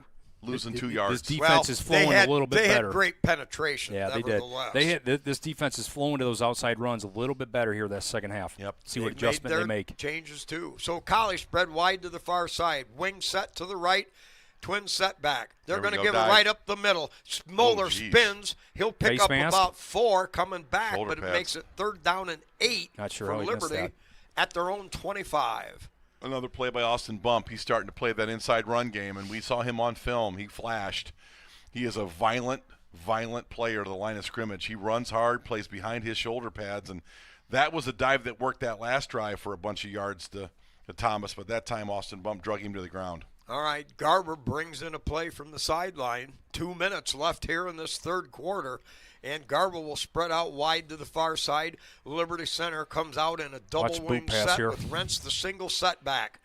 Motion this way. They're going to fake the motion. Whalen play right there. action. Go, Got Whalen. a man out there caught by Rentz at the 35. Oh, look at that hurdle. Yes, Pounce sir. forward all the way up to the 40-yard line. It's a gain of 17 yards, and the Tigers convert the first down. We saw Sean Terry with a little hurdle. Well, listen, Mr. number 19, Whalen Rentz, will hurdle as well. Great job. Look at boom. Extra couple yards, and everybody on the ground, and he's still on his feet. All right, that air What game. a play there, huh? Little play play call, action. the boot pass. Open. Come on. And the Tigers convert. Boot pass, check down. They're at their own 41-yard line. First down and 10. Trail by 5. Now you got Colley spread out wide over here with a double wing package. Rentz again in the backfield. They're going to give it to Rentz straight ahead. He runs into more penetration. And that is one thing that I've seen now in the second half, like we all have. They are penetrating that line of scrimmage. Well, Caleb Jenkins, 6'4", 270, destroyed whoever was on top of him and just blew Whalen Rentz back a couple of yards. What a play by number 78. Mm-hmm. Wow. All right, 2nd and 11. Now a chess match begins. You know, now they may play a little softer, a little deeper with the 2nd and 11. Liberty may come back with another running play. All right, they're at their own 40. Cruz wing left. Miller out of the gun. Reverse. They're going to run that reverse Nope, this and time. right into traffic. We pick up about 4 on the play up to the 43, but that brings up 3rd down and 8. Spangler comes in the game, and I'm wondering what Ironton wants to bring in. They're going to bring in heavy to go run, or are they going to bring in a nickel? But Liberty might have to throw here on 3rd and 8. Yep. Zider, the tight end, comes out. Into the game now is Moeller and Garber. This is probably the last play of the 3rd quarter, it looks like here. 34 seconds, clock running. Tigers show a wide out this side. Now they'll shift out, and Spangler, tight end on the left. Back to throw, rolling this way is Miller. Miller got a man out there, caught at the 45-yard line. It's a gain of 13 yards, and the Tigers move the chains in the air again on 3rd down. Casey may let this quarter run, but, man, that's good patience. I mean, the senior Grady Miller just waiting, and he could have ran that. Yep. But he had a guy wide open in the seat. Great route. Liberty Center, huge conversion, and they now, Spike Whitman, are driving. How about Grady Miller, the best game of his senior year throwing the football? I think by far he has looked sharp, made great decisions so far, and I'll tell you right now, Ironton was not expecting this passing game, but boy, it has been effective today. Hey, real quick before we get into stats, stay with us. We immediately, regardless of the game conclusion, we'll go to our KK Collision post-game show. We got about 30 minutes to be out of the booth before the Division 3 or 4 game. So stay with us. Scott, you got some stats. I do. End of 3rd quarter, Liberty Center now. Total yards has taken the lead. Spike Whitman, 215 to Ironton's 190. Pass yards, Ironton at 124, Liberty Center at 72. Rush yards, Liberty Center 143 to Ironton 66. Liberty Center now starting to impose their will up front. Most snaps. First downs tied, 13-13. Penalties, Ironton 4 for 25, Liberty 5 for 40. 3rd down conversions, Liberty is 7 for 9. That is outstanding. Yards per completion for Grady, 12. Yards per play, Liberty 5.8. Ironton 5.6. Liberty limiting the explosives, keeping the lid on this offense. And the time of possession, Liberty now has taken the lead as well. Spike Whitman, Liberty Center, since the 2nd quarter, has really put their stamp on this football game. Yes, and they're doing it with both the run and the pass. Yes. And I'm telling you, in practice, the way they can concisely throw the ball, they run sharp routes. They run power routes. They run delayed routes. And it's really a wonderful thing to see because they do it so well. And now we're seeing the fruits of that come here. And now Liberty Center in a position to continue to keep them off balance. And the chess match between their coaching staff, our coaching staff, now they're trying to gamble and stop the run. We come back with things that work downfield. Grady Miller 5 for 6, Brian, for 66 yards, and those completions have been huge. Yeah, you saw the one to Waylon Rentz on that 3rd long. That one there, was that Gary there on that last catch? Yes. Man, he was kind of throwing that back against the grain. And he came, I think Gary was on that wing on the other side there on that drag. But he had a lane to run it, and I'm saying, run it. And he threw it. Man, that's a confident throw by Grady back across the grain. Yeah, I got a couple people. I just want to say a couple people are, why aren't we getting back to the games or whatever? They've got television timeouts. So when we have these long delays and we're filling it and we're giving you more information, it's not because we're ignoring the game, because we're not going to miss a second of this game, this heavyweight bout. It's because they've got TV timeouts and there's not much going on in the field, but standing there looking at the referees. I like the total yards. Liberty Center now has taken control of that. Since the 2nd quarter, this offense has found, Casey just continues to probe the playbook. He's finding those plays and converting those first downs. This drive is fantastic. Liberty Center doing a great job converting on 3rd down there. All right, so the Tigers, after the TV timeout, they come out. They've got the ball 1st and 10 at the 44 of Ironton. Double wing package, motion this way. They're going to run power football. And they breaks one tackle, straight arm by Rentz, and he comes up with 3 very tough yards, goes out of bounds at the 41. He could have been stopped for a 2-yard loss. Rentz willed himself into that 3-yard pickup. Statistically, Whalen's picked up he's got 17 carries for about 28 yards, 29 yards. Give Ironton credit. They have defended Whalen Rentz and his inside running very well today.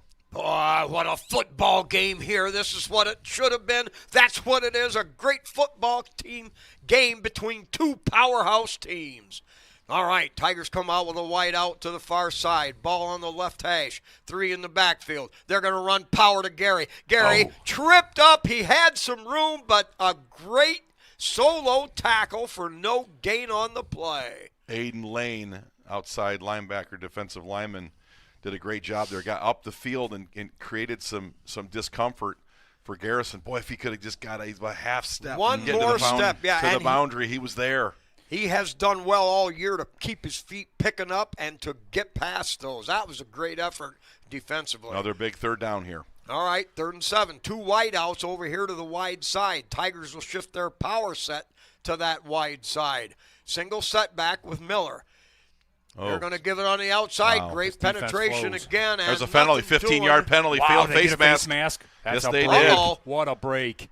Well, let's wait and see for sure. I'll count my chickens when they are hatched. I Holy hope cow. that's what it is. I think I'm counting chickens here. It's going to be a face mask. It's going to be 15 yards against Whalen. They are flowing to the ball much better on those 4-5s, those outside tackles, outside wings, 5-6s. Those dives have been more effective here in that second Wow, half. yes, it is. Wow, what a yes. call. Can you count some chickens? Count some chickens for me, big Oh, boy. baby. Cluck, cluck, cluck. Defense. There it is right there. You know why that happens? First Because down. that guy, you can't corral him to the ground, so you just grab him for any piece of fabric to try to get him down. That was a big call there. Now, most importantly, instead of 3rd and 7 or whatever that would have wound up, now Liberty Center has got the ball in 4-down territory. Before, near midfield, it was questionable. Now we're in 4-down territory. Tigers break the huddle. They send Cruz and Garber wide to the wide side. The ball on the close hash here. Miller out of the gun. Miller going to hand off, There you looking go. for running room. Oh, they got a and holding. Rentz pounds forward for 6, but the flag on the play, and like you guys called, that could be a hold. Clayton Seal looks like you're going to get number 71 on the hold. That's called the number, but Wow. You know, and there's penalties either way, but that's the grinding. That is the pounding of this game. Offense, number This is 71. 2 giants going out to war. And I'll tell you what, Casey had it 1st and 10, and with the momentum, a lot of momentum off that penalty, the face mask, and then we hold. Now we're 1st and 20. So Liberty Center, great ball controlling the clock. I mean, they're doing everything they had to do to be in this football game. Yes, they are. All right. Cruz in the slot. Colley spread out wide. Double wing set. Passing formation. Miller back to throw. Has time. Looks around. Looks. Now uses a great block there. Throws it out of bounds. He was beyond the hash. Threw it away, and that'll bring up 2nd down and 20 for Liberty Center. Well, he made a good decision there to Great throw it out of decision. bounds. Oh, we're gonna- I think they just got for 64 here. Late hit. Officials were talking about it. No, I think he was running his mouth or something. Well, he had his hands up. They didn't throw it till late. Intentional grounding. Offense. Why 5-yard does it penalty take from the spot of the minute foul. and a half after Loss the of play? down. You're outside the tackle box, right? Yes, you are. And there was nobody around. He had an option to throw that ball out of bounds deeper if he wanted to. I'm glad he didn't take the chance, but those 2 penalties are enormous. They've taken Liberty Center inside their own Wow. 45-yard line. Right. Back to the 49 Yeah, now. that's So tough. Liberty 2nd down and about 28. Is that a loss of down? Yes. Wow, that's Wow. a tough one. Boy, Liberty was rolling there, but penalties. We got out of the penalty game there for about a month, and today we've gotten back in it. Well, that's the way it goes. Now the Liberty comes out with the I formation. They'll shift out of that. Spangler now assumes the tight end position on the far side with a wing right. Miller, he'll hand off. They run the reverse, and Cruz picks his way for a couple yards, but Ironton doing a terrific job of stopping our inside run. They've made their adjustments, and now Liberty Center with a 3rd and 30. Well, they have cleaned it up. Garrison had some big plays early in the first half, and the last couple times he's run that, Ironton's done a really good job defending it. Well, now we've got to get field position. 9:48 in the game, clock running. We have got to find a way to get some of that yardage back right here. Ball at the 49 of Ironton. Miller throws it out there. Lob just out of his reach. Wow, that would have been a completion near the 30. Oh, that's inches. That is why this game is so tough. It's back and forth, so volatile. And now Liberty will have to punt. You know what, Brian? He hits him in stride. Yeah. We're gonna pick up 28 of those yards and go for it on 4th down. Nice ball by Brady, and that broke open late. That little wheel route. Let's pin him here again, Max. All right, standing back at his 40. Boy. Punt hits the ground, gets the Get low down, line get down. drive. Okay. That's going to hit at the 13. There you go. And it'll roll out of bounds down near the 5-yard line somewhere. So Liberty's defense is going to have to come to the top. They'll get the ball back one more time if they can stop the Ironton Fighting Tigers. Yeah, Max Walker again. Jeez. It's like Does automatic, it again. man. I mean, inside the 10-yard line, and you got one of the top players in the state, Sean Terry, just mouth-watering. And that ball, dumps in front of him about 9 yards. There's nothing he can do. That is just a perfect kick by Max Walker. Big stop here. Come on now. All right. 9:24. Ironton with the ball on the near hash at the 7-yard line, 1st and 10. They'll show a double wide out to the far side with a wing set. Out of the gun, they give it straight ahead. Boy, and good job. Wow. Tigers hung with it. Gain of only 2. I lost the ball. If they want to run Braden Schreck, Brian, I'll let him do it all day long down there. Yep. He is a decent runner. He's not dynamic. He is not explosive. He's smart. He sees holes, but Liberty's defense, great penetration, too, by the Tiger defensive line. I'm waiting for the I know he made the tackle. I'm waiting for that defensive line. We had a lot of penetration there initially. Yep. All right, so the Tigers, great job there. 2nd down and 8. The ball at the 9-yard line. Where is Sean A double Terry? wide out to He's either out side wide. out of the pistol. Looks. Hands up. Throws Pick it. too high. It was in the air, tipped by the receiver. Pass was too high and incomplete. Luckily for Ironton, it went in the direction of no Liberty Center Tiger, but it's 3rd and 8. Not sure why number 4 is not touching the football. Jeez. I don't fully understand it, but we got a 3rd and long here. This would be a gigantic stop for Liberty Center. I would expect number 4 a look here somehow, maybe a screen. Boy, got him tight. you gotta love the drama. Wow, what a football game. Watch this 3rd screen and 8. here. Hill's going to roll left. Looks him. to throw. Yeah, hands in up. trouble. Fires it up there. no. Caught. And it's a 1st and 10 for Ironton. That is enormous Wow, conversion. he was in trouble in the end zone. Got rid of it. Found the receiver. Gain of 12 and a 1st and 10 up at the 21-yard line. Boy, that is tough. That's a tough conversion. Well, that was a tough pass. That was, this is why this is the championship game. What an incredibly competitive, battling game. You got to love it. All right, so double wide out to the short side, out of the gun. Motion back to the ball. They're going to hand it off to him, and they catch him in the backfield, and it's going to be thrown for about a 4-yard loss. Wow, Waylon Rentz just selling out, and everybody. Sean Terry. I cannot believe how well we played that. Everybody knows who's getting that ball when he's in motion. You know what? If they fake it, they fake it, but get on that cat. Yep. And look at Waylon Rentz just shooting through the B gap. And then great job by Grady and Liberty. Just there was the pack tackling we've needed right there. 7.5 to go.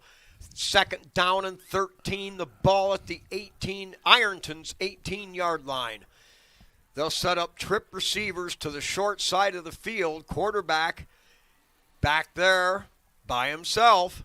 Now motion this way. Quarterback's going to keep it. He'll run right into the Tiger teeth and a pick up a 3, but that's going to bring up 3rd and 10. I am really surprised we haven't seen more of Caden Edwards in that that game right there is where I expect him in the Wildcat and then run that option to Sean Terry. We've not seen much of that. I was afraid of that. And where's Zane Williams at, number 24, another stud?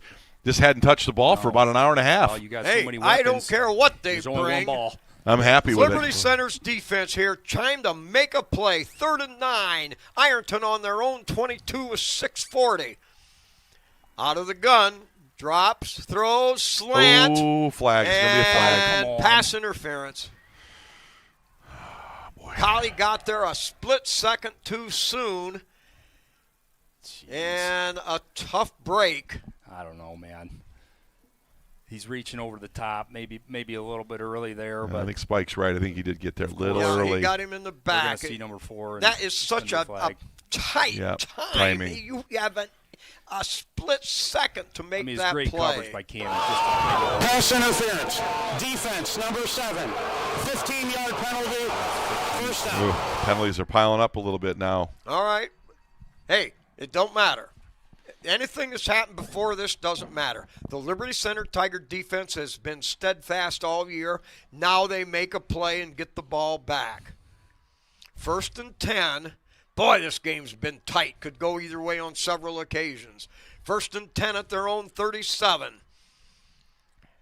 Whiteouts to either side. They're going to Get up run in it there. right up the middle. They're going to run Thank a little you. Good misdirection, job, and he Gary. goes nowhere. Stop for a no gain on the play. That's Garrison Cruz. Great job by Garrison.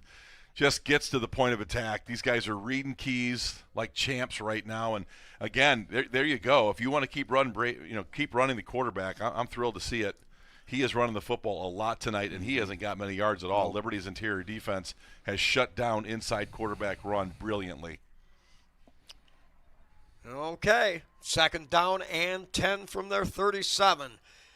4 wideouts, back to throw. He's going to launch it. It's up there. It's out there, and it is He caught it. caught at the 15-yard line.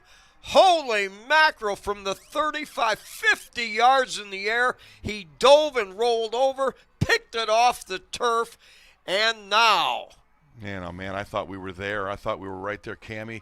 But the ball did kind of outpace Cammie's close.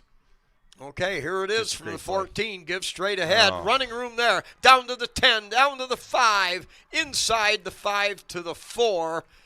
And all of a sudden here, got to try to get his- Ironton Punch with it. a big break on a pass call and then the 50-yard bomb, and they're knocking on the door. Quarterback on a keeper, tries to run outside and trips, falls, but dives into the end zone. It's an Ironton touchdown. We had done a great job all night keeping the lid on the explosives. You just knew it was a matter of time, and really I thought coverage was pretty good, Brian. I thought we were within range to knocking that ball down, but I think the timing of the ball just beating Cammie to the close, that was huge. And man, oh man, that's a big score with 5 minutes to go. Well, let's be honest. Forget that last touchdown. But we've held them to 2 scores well deep into the 4th quarter. You know, a little more execution, a bad break a couple of times. This game could have been the other way. But it is what it is. Well, offensively, you got to be saying you got 5:25 here. Ironton, their first timeout. Liberty Center probably has to go to the air a little bit here. Try Yep. to get one. We get one. It's probably an onside kick situation. You can't give them a chance to get the ball back playing from behind, which, you know what, we've thrown the ball pretty well tonight. But we're going to have to go to the air here now, Yeah. I think. Now we need a quick score. We're going to be down 2, and we got to get one pretty quickly. And you know, when you play the kind of football we do, which we love it, that ball control kind of offense, it's hard to get quick scores. It's not what we do, but I think the way Grady's throwing it, I think we have a chance to do it. And you get Garrison Cruz loose, you get Cam Colley loose, we need a quick score. Those 2 third-down conversions were huge, and some of the way the penalties kind of played for Ironton. Liberty had 2 legitimate stops there, and they got bailed out. Ironton got bailed out by penalties. All right, well, that's part of the nuance of the game. This has been a terrific football game all the way around. I mean, Ironton's 55 points a game offense has been slowed way down, but defensively they have played well along with Liberty. All right, PAT kick. It's up and good. So, 5:25 left, 21-9 Ironton. And again, stay with us at the conclusion of the game. We'll do the KK Collision post-game show. We're going to move to that pretty quick. And then we got to be out of here. So, Well, we've had some great facilities here, a great vantage point here, and this Tom Benson Stadium at the Hall of Fame in Canton, Ohio has been a remarkable place to watch a football game, and I'm sure our players are loving it. Even though they're down on the scoreboard, the experience has been remarkable. Mm-hmm. And I'll tell you, Brian, they've played about a perfect game up until that sequence of events with the penalties and the big play. I thought we were right there. Yep. And you just stop them once. Right. One stop and you get the ball. And the way we're playing, but like Spike always says, that's the way the ball bounces, and now Liberty's going to have to respond.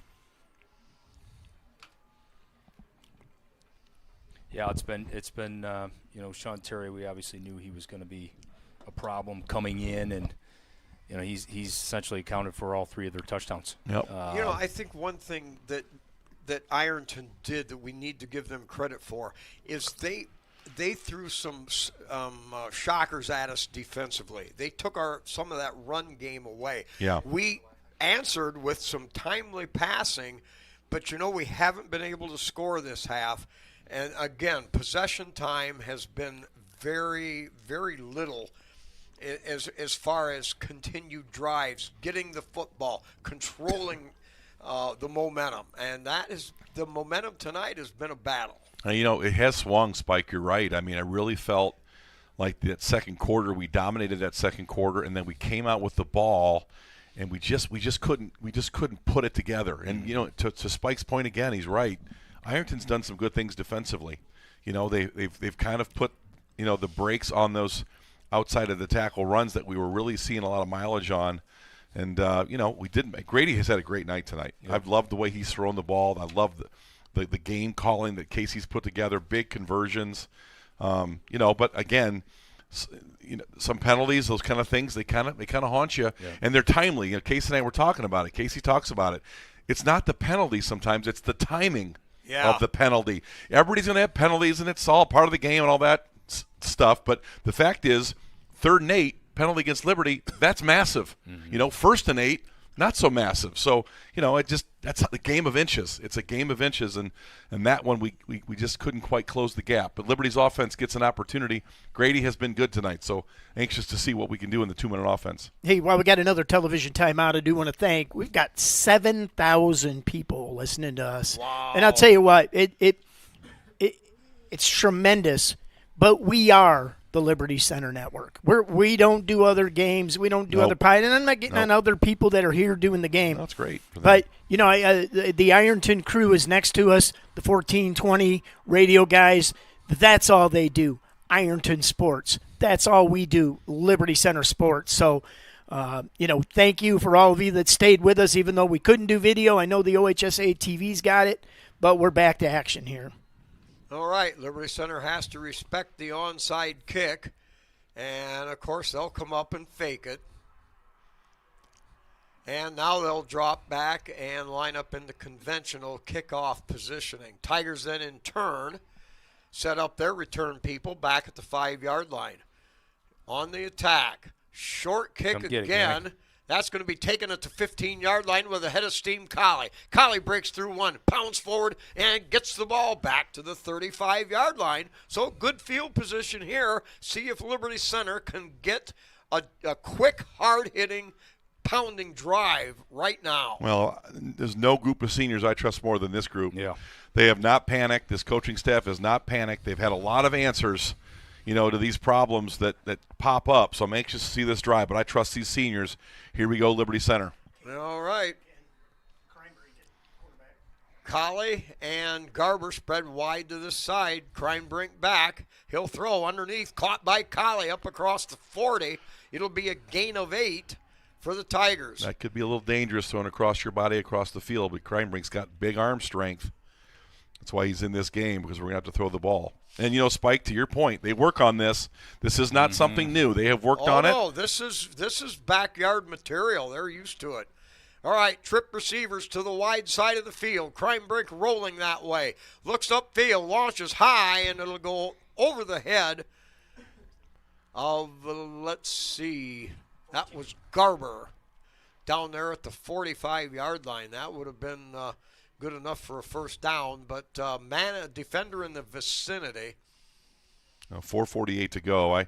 Liberty's going to be going for it on fourth down. You might see a run or two here. Brady Miller back in the game. Grady Miller. All right, Collie and Garber spread out wide to the wide side, the far side, with a single setback for Miller. Miller's going to keep it around the left side.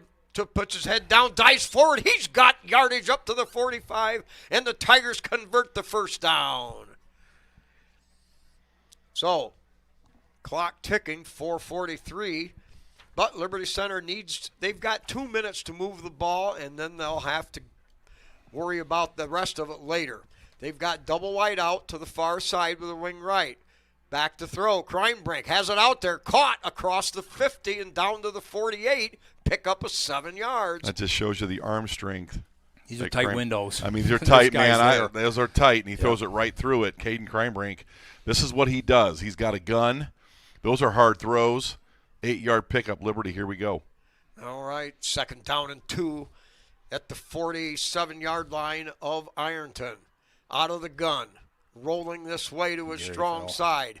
Has time. In trouble. Throw Breaks it away. the tackle. Throw Still it away. going. And he's going to be slammed down back at the 40. It's a sack for a loss of 11. I think that second hesitation, he could have thrown that ball out of bounds and saved himself a bunch of yards. But let's timeout. I'm sorry, Scott. But in the case like this, he's got to find a receiver. I think he has to gamble on being able to find somebody at the last second. I apologize. All right, double wide out to either side. Back to throw. There you go. And there you go, caught Cammy. on a little There you go, crossing Cammy. route. Collie breaks one tackle. Now cuts to the outside. Picks up a blocker. Makes play. another. And it's a Tiger first down, a gain of 14 yards on the play. I tell you what, I love to run tunnel screen all day long to that cat, because you get him in the open field, he's explosive. He sees the field. It's almost like a punt return. He starts seeing green. He gets to it. He finds those open spaces, and that is a play that I really like in this offense. And, man, it has really opened up some opportunities, Brian. Cam Collie in the open field is dangerous. So now Liberty Center still battling. They've got a wide out to either side. Collie comes out over here. Garber to the far side. Out of the gun. Kreinbrink back to throw. Now hesitates. Now comes around to right. Has a lot of blocking. Fires it downfield, and it's going to float on out of bounds down around the 10-yard line. That was first down. It would be 2nd and 10 coming up from the 43 of Ironton. Tigers trying desperately to come up with a big play here.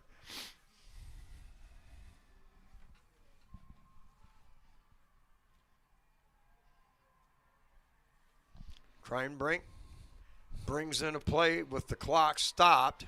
2nd down and 10. 2:49. This thing can still happen. We got to do it quick. Trip receivers to this side of the field. Kreinbrink with a single setback. Rolls this way. Looks and fires it out of bounds. Nobody open. Both good coverage by Ironton around that 25-yard line. So 3rd down and 10 coming up. You almost wonder here if you try to mix in a run. You don't want to use your timeouts yet, but man, they're playing pass, and I think their secondary is probably their strongest on defense. They got 2 really good corners, so this is not an easy. All right, Collie and team to pass Garber against. spread out wide over here, wing right. Back to throw. Screen. Throws that screen boy. pass, and wow, what a great read by the Ironton defense. They read it. They came from deep in the secondary up and stopped him right on the spot. Yeah, so 4th and 10. Zane Williams, we kind of erased him for most of this game after the first quarter, Brian, but he read that from kind of a deep linebacker spot and blew that. That play looked pretty good to start. Yeah. Good play by Zane Williams. It's 4th down. Here we go. All right, 4th and 10. Tigers on the 44. And now everything blown dead. Ironton timeout.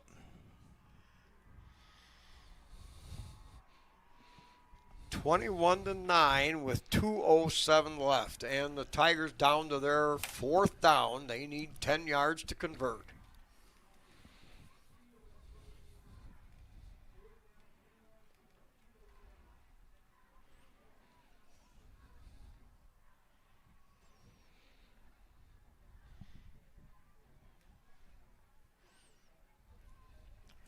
Ironton has proved to be a pretty doggone worthy opponent. Both teams had chances, and Liberty Center has done well to hold them to 3 touchdowns, 21 points. Going into the game, I would have gladly said, okay, fine. They score 21, I'll buy that. See what we draw up here, Spike. They've had when we go 2 split receivers, they've kind of got that figured out here. We'll see if we can work a tight end or different motion, try to get a receiver open. They've covered us up pretty good here these last couple plays. Collian Garber in the slot over here to the left, rolling this way. Crimebrink throws, caught, first down. Get up, Blake. And makes a tackle, down at the 20, still driving in, steps out of bounds. Garber at the 10-yard line. A big pass play of 32 yards, and Liberty Center now knocking on the door. 1:59 left in the game. Obviously, we need to score and score quick, but it's all going to come down to the ensuing onside kick. Great ball And there. how much time at that point, we're not going to worry. We just need the ball in the end zone. 10 yards away, 1st and 10. Garber and Colley spreading out to the wide side, the far side of the field. Single setback with Crimebrink. Crimebrink rolling right. Has to tuck it. No, lost it out there. Caught, touchdown! We go. Liberty Center converts with 1:52 left. What a throw. Crimebrink going across his body that time. Great throw. Garrison getting up high. Man. Crimebrink laid it out there where Gary was the only one that could catch it. Now we've got a 21-15 game. Liberty Center obviously down 6. They just need the single extra point to get it within that margin. Looks like we're going for 2 here. Yes, we are. Crimebrink is split out to the top side. They got Whalen at the Wildcat. Looks like they're going heavy right side. Kicks to the outside, right into the end zone. It's a Liberty Center 2-point conversion. 21-17 now. Wow. Boy, What a game. The Tigers never quit battling, and they come back on 4th down. They convert on a Crimebrink bullet to Garber, and then the lob to Gary for the touchdown. Boy, Tigers right back in it again, 21-17. That was a great job there by Crimebrink. Let's go back to special teams. Here we go. We got a chance, right? All you can ask for is a chance. Minute 52, we got to get the onside kick. But we've been talking about how special this special teams has been. We also have 3 timeouts. So if we were to happen to get this onside kick, man, we are in the driver's seat to go win this football game. Yeah, this team just keeps playing. This team just keeps playing, don't they? Yeah, everything, and now it comes down to an onside kick. I mean, yeah, Liberty Center's behind, but what great football, gritty, gutty. This is exactly what I expected out of Liberty Center, and that's exactly what we're getting. Well, Caden Crimebrink did a great job of avoiding, the pressure by kind of gearing up a little bit and ran away from that linebacker that got in his face, and that gave him a little bit of space. And he threw a zipper to Garrison. And that's an element that he brings to this football team, arm strength. He can reach a lot of points on the field. And Caden, the junior, Grady's throwing the ball exceptionally well. But the deep ball, some of those seam balls that take a little bit more velocity, Caden Crimebrink's delivered. All right, here comes Max Walker, playmaker, boots it hard, bounces around. It's up in the air and caught. Tigers got what they wanted. 2 different players touched it. Finally, it was caught off a ricochet at the 42, and now that is where Ironton will take over. Well, we got the first guy bobbled it, is what you wanted, and then There it was. I mean, Sean Terry on time, but boy, oh boy, it was right there. Watch the first That was a good hop. kick. There it was, Great kick. right there, off of his hands. Ooh, so close. Boy, Grady was close. You gotta love it. The drama, the battling, and this is what championship football is all about, and that's what Liberty Center is all about. Kick-turn football, right down to the wire. All right, out of the gun, motion. They're going to give it up inside. No gain on the play. The Tigers surround that. Tackle made by... Now, Max Walker made the play, though. He got slowed him down. Just good reads, and I'm not sure who cleaned it up. Cruz got the tackle, but it's a loss of a yard on the play. If we can, so Liberty Center will use one of their timeouts. Max Walker stepped up there and made a play, and you needed to do that on first down. Casey calls the timeout and puts him in second long, and I think it was a blitz from Walker in that 8-gap blitz and kind of a run blitz, and I don't think you're going to see Ironton throw the football here. So I think Matt Bryan's going to take some chances and see if they can get some negative plays. Well, you get 2 more timeouts. You potentially, if you can get them to punt, you get the ball with probably a minute 20, maybe a minute 15 left. With no timeouts, you're going to have to drive the field. But, hey, we got a chance, and this Tiger team just continues to come at you. Never say die, and they just keep on playing, man. You got to be so proud of Liberty Center. Absolutely. Max Walker, a playmaker, even came up with an onside kick that was very effective. And, that was a great kick. Could have worked. Yes. It was perfectly executed. All right, so the powers that be with the TV timeouts, raking that for every... I wouldn't be surprised to see a jet motion Terry run here as well. Try to get him in space, let him run around, run some clock, and get loose. New formation here. 21-17. Tee it up. Now under the gun with a full house. Oh, fumble! There it is! We got it! Liberty's got it! They got on the ball! Liberty's got it! Wait a minute! Holy mackerel! They fumbled the snap. We got it! And whoa! Holy mackerel! What a play! The Liberty defense did it! They 3 timeouts. Spangler on the fumble. Unbelievable. Holy smokes. And they will turn the football over. We've talked about it, and they did it. Liberty Center with 2 timeouts in business. Woo. Yes, 2 timeouts. That is so critical. Unbelievable. That's unbelievable. Are you kidding me? Ironton was they were celebrating. This game was over for them, and Liberty Center has the ball back with a chance. All right, that's all you could ask for. Kip Kern. Everybody, Duker, all you guys, this is Tiger football at the 39-yard line. They're going to run a power sweep, make a great cut, and a pickup of here we go. 2 timeouts here. Speed it up here. Here we go. Yeah, we got a minute and a half, so we've got some latitude here. All right, they come to the line. Wing left, double wide out to the far side. They're going to run power football, cutting back across the green. Wrench puts his head down. He'll burrow forward for 4 more. And the ball down at the 32-yard line. Great sportsmanship there. Number 55, the stud linebacker, helps Waylon Rentz up. That is great stuff. Tyler Lay down a little bit here. He's been battling that ankle. I think it might have been broken coming into last week's game. Guy is just playing through pain, and he's a bad dude. He is. He couldn't stand on that foot, so it's going to be Stephen Brogan if he's got to sub him in. So Max Walker and Stephen Brogan will be the guards if, in fact, Tyler's out of this game, and he has had such a tremendous second half of the season. What a turn of events. T. Lay only dressed Friday, and that was only to get a few walkthroughs. He's for the last 3 weeks, he's only dressed the last day of practice. That guy has got guts. That guy is a hero. He's done it for so long. All right. Are you kidding me? Look at this. State championship. We got a chance to go and do it. Oh, my goodness. I mean, we were down and out. Yeah. And this team just kept coming, Spike. A 50-yard pass play turned the game completely around, and now here's Liberty Center. Kreinbrink with that cannon for an arm put Liberty Center back in there for a chance. Now, you got the run game's limited here now. You only got 1 timeout. You can still do it, but Well, we're I probably think going to the air. What that looked like to me, he got to the line of scrimmage and counted and thought there was a big play in there, but that was 2 runs. I thought they would run it once.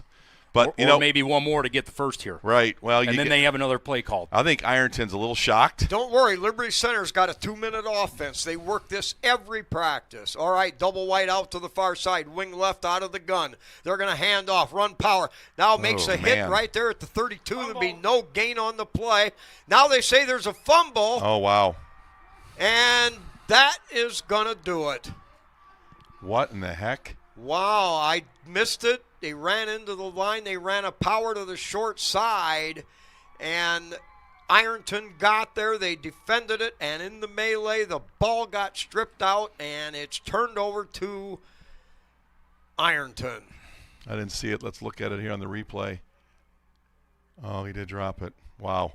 What a hit. Yeah, his helmet went right to the ball, and that dislodged it, I believe. And Bryson Mullen with the hit, and man, oh man, what drama to finish this football game. Oh, it's a heartbreaker that it has to end this way for one team. But I tell you what, we witnessed one heck of a football game. Now the snap and the taking got of a the flag. knee. But Liberty Center was there. They were in a position. They had the offense ready. The 2-minute offense was ready to convert. Sometimes everything works, and sometimes, well, doggone the luck. Well, the last championship that Ironton won was in 1989. They have the most runners-up in the state's history. So if they end up finishing this football game, they have been here, and they finally got to ring the bell. But Liberty Center, wow, that game looked over a couple minutes ago and got that fumble. It just kept Those seniors never stopped. You can't beat a guy that doesn't quit. But the clock is not our friend right now. All right, minute 10. You know, Rex Lindgren always said we never lost as the clock ran out. Yeah. You know, and I think he's right about that because you give Liberty a little bit more time. Iron takes a timeout. Ironton. You know, Ironton in the first half, they ran the heck out of the clock, and they buried. We never, again, this is not excuse, but we never got to get our offense really established in the first half. We were still trying to find ourselves. Well, I thought that second quarter, though, Spike, to your point, the first quarter, that you're exactly right, but the second quarter, we got it going. We got it going, and you started to see that we could execute a big game plan and a big playbook, and we were having a lot of success. But they came back into the third quarter, and they limited some of the plays that were very effective at wing reverse, some of those off-tackle plays where we were starting to make some real gains. So Ironton did make a good adjustment at halftime. But and one thing I liked about what Ironton was able to do, they would reach out, and they were getting a lot of tackles by shoestring. They were reaching out, slowing us down. We could never really break away like we're so used to doing, and slowed our running game down just enough to keep us off balance. All right, so 1:07 left. Liberty with one timeout, 2nd down and 12. Out of the formation, they're going to give it up the middle, and he's just going to try to dive. strip it, keep him up and strip it. Yeah, keeping him up in the air. A gain of a couple, and Liberty Center will use their last timeout with 58 seconds. You know, there is a technique here. If they're going to run the football, I don't keep know why him they're up. not. I don't know why they're not just down it. downing I don't this know what thing. they're doing, but you know what? If they're going to run it, keep him up and punch and strip. Yep. You know, we get it. We get this surprise fumble on the last drive. Hey, if they want to run it at us, hey, cough it up again. But Liberty's going to have to use, you know, some extreme stripping to get this done. Now they're going to down this thing. If they're going to take the snap, they're going to run it here. Or they're going to down it because it's a. They'll have about 20. What? So it's 3rd down. 3rd down. How many? And they got a timeout here. How many seconds on that play 20. clock? 25 minus 25. About 35 seconds. Get something to Cammy. They got to punt the ball. They got to punt it. You know, and Wayland got close on that first punt. I wouldn't be surprised to see us try to come for one. That's right. They're going Good to have idea. to punt the ball, I think, here. What better way? Okay, 3rd and 10. Ironton with the ball at their own 33-yard line. Quarterback out of the gun with a Need single a turnover setback. right here. Give us a turnover here. They give it on a sweep, tries to cut it outside, running That's it. room now by Touchdown. himself, now at the 50, and he may go all the way. Collie there, and Collie has a chance, almost brings him down, but a 35-65-yard run, No. and simply Liberty Center had to sell their souls to try to make the big play, and you couldn't afford to contain. You had to make the big play. Ironton converts. Well, Sean Terry arrived, and he did it for them, and they are state champs, and they can thank Sean Terry for that because Liberty neutralized everything else in this game plan except for Sean Terry. And really, for most of the game, I mean, Sean had 4 touchdowns, but they were spread out. Liberty had effectively defended him all night, but that's there it is. There was the nail in the coffin, and Wow. Ironton will be your Division 5 state champion. 28-17, 46 seconds to go. Liberty Center will have the ball in 46 seconds to come out and just show their grit no matter what. But what a football game. There were turning points and there were big plays, and Ironton made their share, and they have played well enough to deserve to win this championship. But Liberty Center also played extremely well against the highfalutin Ironton Fighting Tigers, who were deemed a super team. Well, guys, let's not lose a little bit of perspective here. I mean, obviously this game is probably over. Less than 1% of the teams are playing this weekend that started the entire season. Liberty's season, the team without, went the gauntlet of, game after game after game, the grind. And you know what? As much as we don't like, and I'm going to say this, Scott, you'll love this, I do not like the playoff format. The 2 best teams in Division 5, I believe, are on the field right now. Yep. And, you always hate that cliche about someone's got to lose, but they do. But I'll tell you what, it wasn't a Marion local 74-0. The mismatch. It was that these were the 2 best teams, and they are on the field tonight. Yep, for sure. All right, the kickoff sails out of bounds. They just didn't want to give Liberty a big return, a possible kickoff return for a touchdown. And then, of course, the obvious onside kick attempt. But they've got control now, so Liberty Center comes out to showcase that offense one last time.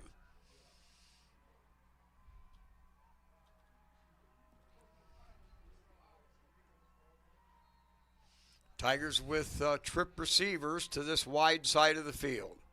Kreinbrink back to throw. Looks, fires over the middle, too high, and picked off.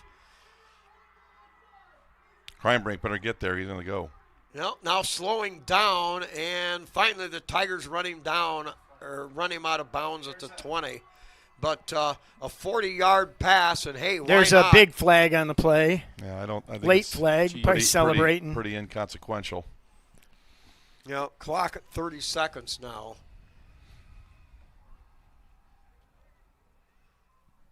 Well, the seniors Man, oh man, this had senior class. had a heck of a year. I'm telling you, this is going to go down as one of those tremendous senior classes playing with this the cohesion that you haven't seen around here. Not that any other team doesn't, but this team did it better without the team without, I think, played together as well as any team in Liberty Center history. We're going to get the call from the referee here. We have no idea what it is. I don't even think we care here with 30 seconds to go. This game is over. We'll still get it. After the interception, during the interception, personal foul, blindside block, number 55. After the play, red ball, personal foul, Ironton, number 5. 30 yards? Did I hear that right? Well, they were headhunting, I think, on the way back somewhere. That's why those flags got called. But it doesn't matter now. It's just a matter of letting the clock run out.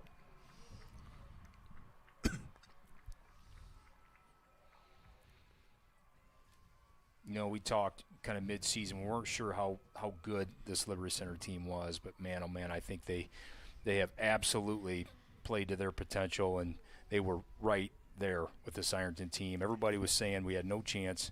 We knew all the explosives on Ironton, and they have 4 or 5 better athletes than our top. But, man, we stayed in this game. They gave themselves a chance to win it. Yeah, we had man, oh, man, they had a chance. Had a possession with the ball inside the 40. All right. Yeah, Liberty's going to get late substitutions coming in. They were trying to get some of the other players in. Penalty, first down. I assume that's a delay of game. No, it was a illegal substitution. An illegal It is just trying to get some other kids in 13 there. guys on the field. All right. In the gun, takes the snap, takes the knee, and the clock will run out. So 28-17 in it was 14-9 midway through the fourth quarter. And it was just a caterwampus in those final 6 minutes. Well, of course, we're proud of Liberty Center. What a job this season. What a job tonight. They came up against a team that was just pretty doggone good. And if anything, credit to be due to the defense, of all things, of Ironton. They were able to slow our running game down to a point. You're not going to stop it, but they were able to make plays and slow us down to a degree. Tigers and the Fighting Tigers meeting at midfield for the shaking of the hands as they go through the line. I'm thankful that Tyler Lay was able to play his entire senior year. Tough kid, man. And Clayton Seal played on one leg the whole season and just continued to suck it up and go. Yeah, it's a disappointment, no doubt. It's a letdown. It's a letdown for thousands of you faithful listeners and watchers. But you know what? This was a great game, and this is what it's supposed to be. Well, and there's a lot of teams sitting at home. Yeah. You know, I don't want to downplay this, because we'd love to win this game, but there's a lot of teams sitting at home, and we talked a little bit about that, about how our season now is extended and basketball is affected, and everyone in Liberty Center just loves this kind of stuff. We Greg Badenhop is a hero here because he's over there rooting on the kids and wanting the teams to go. And, our season's extended. But there's a lot of teams, like I said, less than 1% of all the teams that started this year are playing today and yesterday and the day before. Yep. So, it is a disappointment. But it's also a great honor to be back here, second year in a row at the Hall of Fame Stadium for our Liberty Center Tigers. Only 2 times in Liberty Center history that we've gone back-to-back to the state championship. And, we've talked about the senior class, how special they were. The cupboard is not bare. I mean, this team has got a great underclassmen. It is a program that just keeps reloading. Yep. We've seen it year in and year out here this past 5, 6, 7 years. So, man, oh man, it's great to be a Liberty Center fan. Proud of this team, and man, oh man, what a ride! What a ride! And I give a lot of credit to the coaching staff. They've sacrificed so much from their families and invested so much time in these players, and you could tell. I mean, look at this is a 15-1 program. They're going to end up as another state runner-up back-to-back years. That is not a failure. That is an enormous success. I remember in '97 we won it. I was on the coaching staff then. It was a feeling of euphoria. The '98 team was really good, but ran into a Versailles team that was a little bit better. And I think tonight, all things being equal, as well as we played, and I think we played almost a perfect game. Outside of a few penalties here or there on that last turnover, that game plan that Casey Mueller and his staff put together, and these seniors, the way they executed, and to your point, Brian, they didn't give up. No. You just can't beat a team that didn't give up. I've said it. Right. Down 14-0. And they hung right in there Yep. and put together big drives, dominated the second quarter. This game was even Steven after the first quarter. It was even Steven, and I would even say Liberty Center, if you really got down to the analysis, might have outside of the explosives. And you just, Sean Terry is Sean Terry, and it is the way it is. And I think we knew what we were up against, and he delivered. He is a phenomenal player. There's a reason why he's playing in the SEC, and he showed it tonight when it mattered.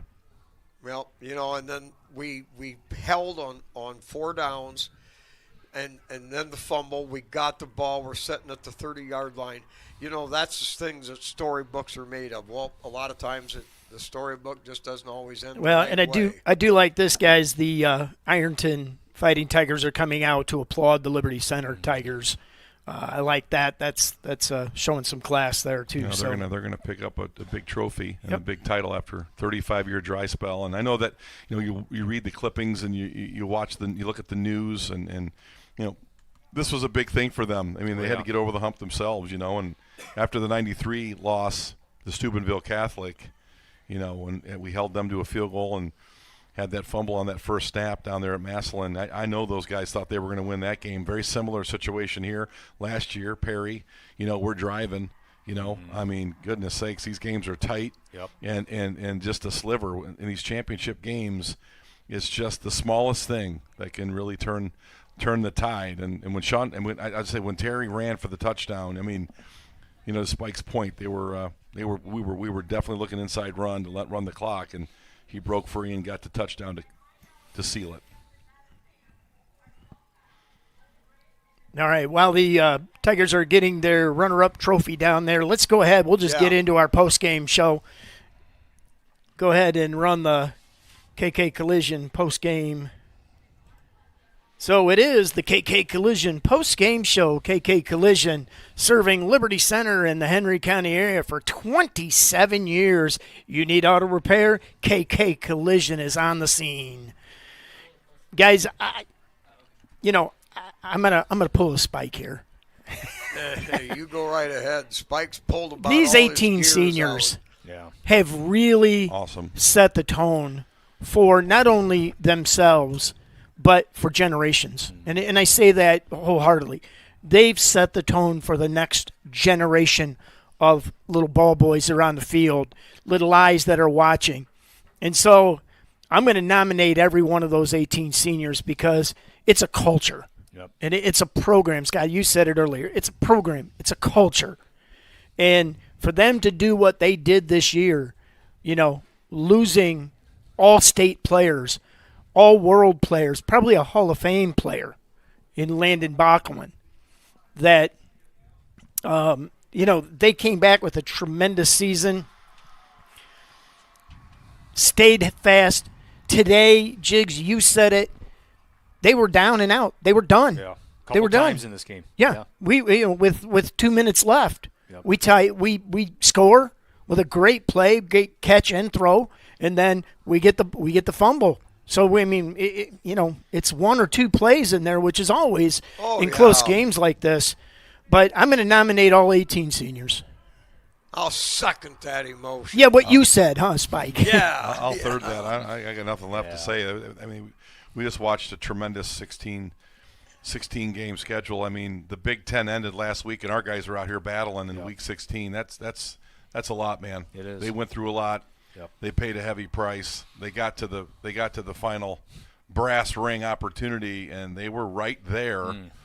And man, oh man, that fumble we got just kind of shows you like that grit that we've got. Yeah. Like, because you could have just put your knee down and start crying. You're a senior, but that wasn't it. We were still in that game. You had that staff. Casey's cheering and getting the guys going, looking at timeouts, but.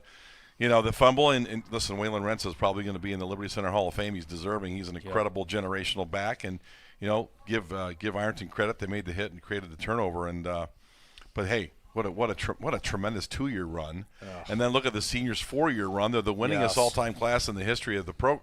What are we talking about, man? Incredible. And their 4 losses, the last 4 losses, State champs to the state champs. I mean, that does. I mean, what? That's it. Yep. That's it. So yeah, the whole So senior class. the other thing I'm gonna throw in here, and I get to hang in the back and watch you guys do all the heavy lifting, and then I fly in here and make all these comments. But the coaching staff, and I'm gonna talk about the management of the team. the lack of injuries or managing through the injuries we did have, the Amanda Matthias, taking care. I know Casey talks a lot about taking care of your body, taking care of your sleep, making sure you eat right, and everybody goes, but the health of this year's team versus the health of last year's team at this particular point was tremendously different. So, hats off to the coaches. And I love this, a prayer. They're each team is congratulating each other. And like I said, 1%, dude. They're the 1%ers down there playing football in December. Yep. So, a great way to do that. I don't know. You guys got anything else to say? Because we got to get out of here. The Sandusky Perkins crew is going to come in behind us. They've got a nice Division 4 matchup coming for a state championship bid. That's what it's all about at Liberty Center. You playing big games for big trophies. It just don't get no better than this. Doggone it! What a job! What a season! Go ahead, Spike. Take us out of here. Yep. Hey, with that, regrettably said, and I'm feeling the hurt along with thousands of you. But I'll tell you what, I promise you this: it's still good night and good Tiger Sports.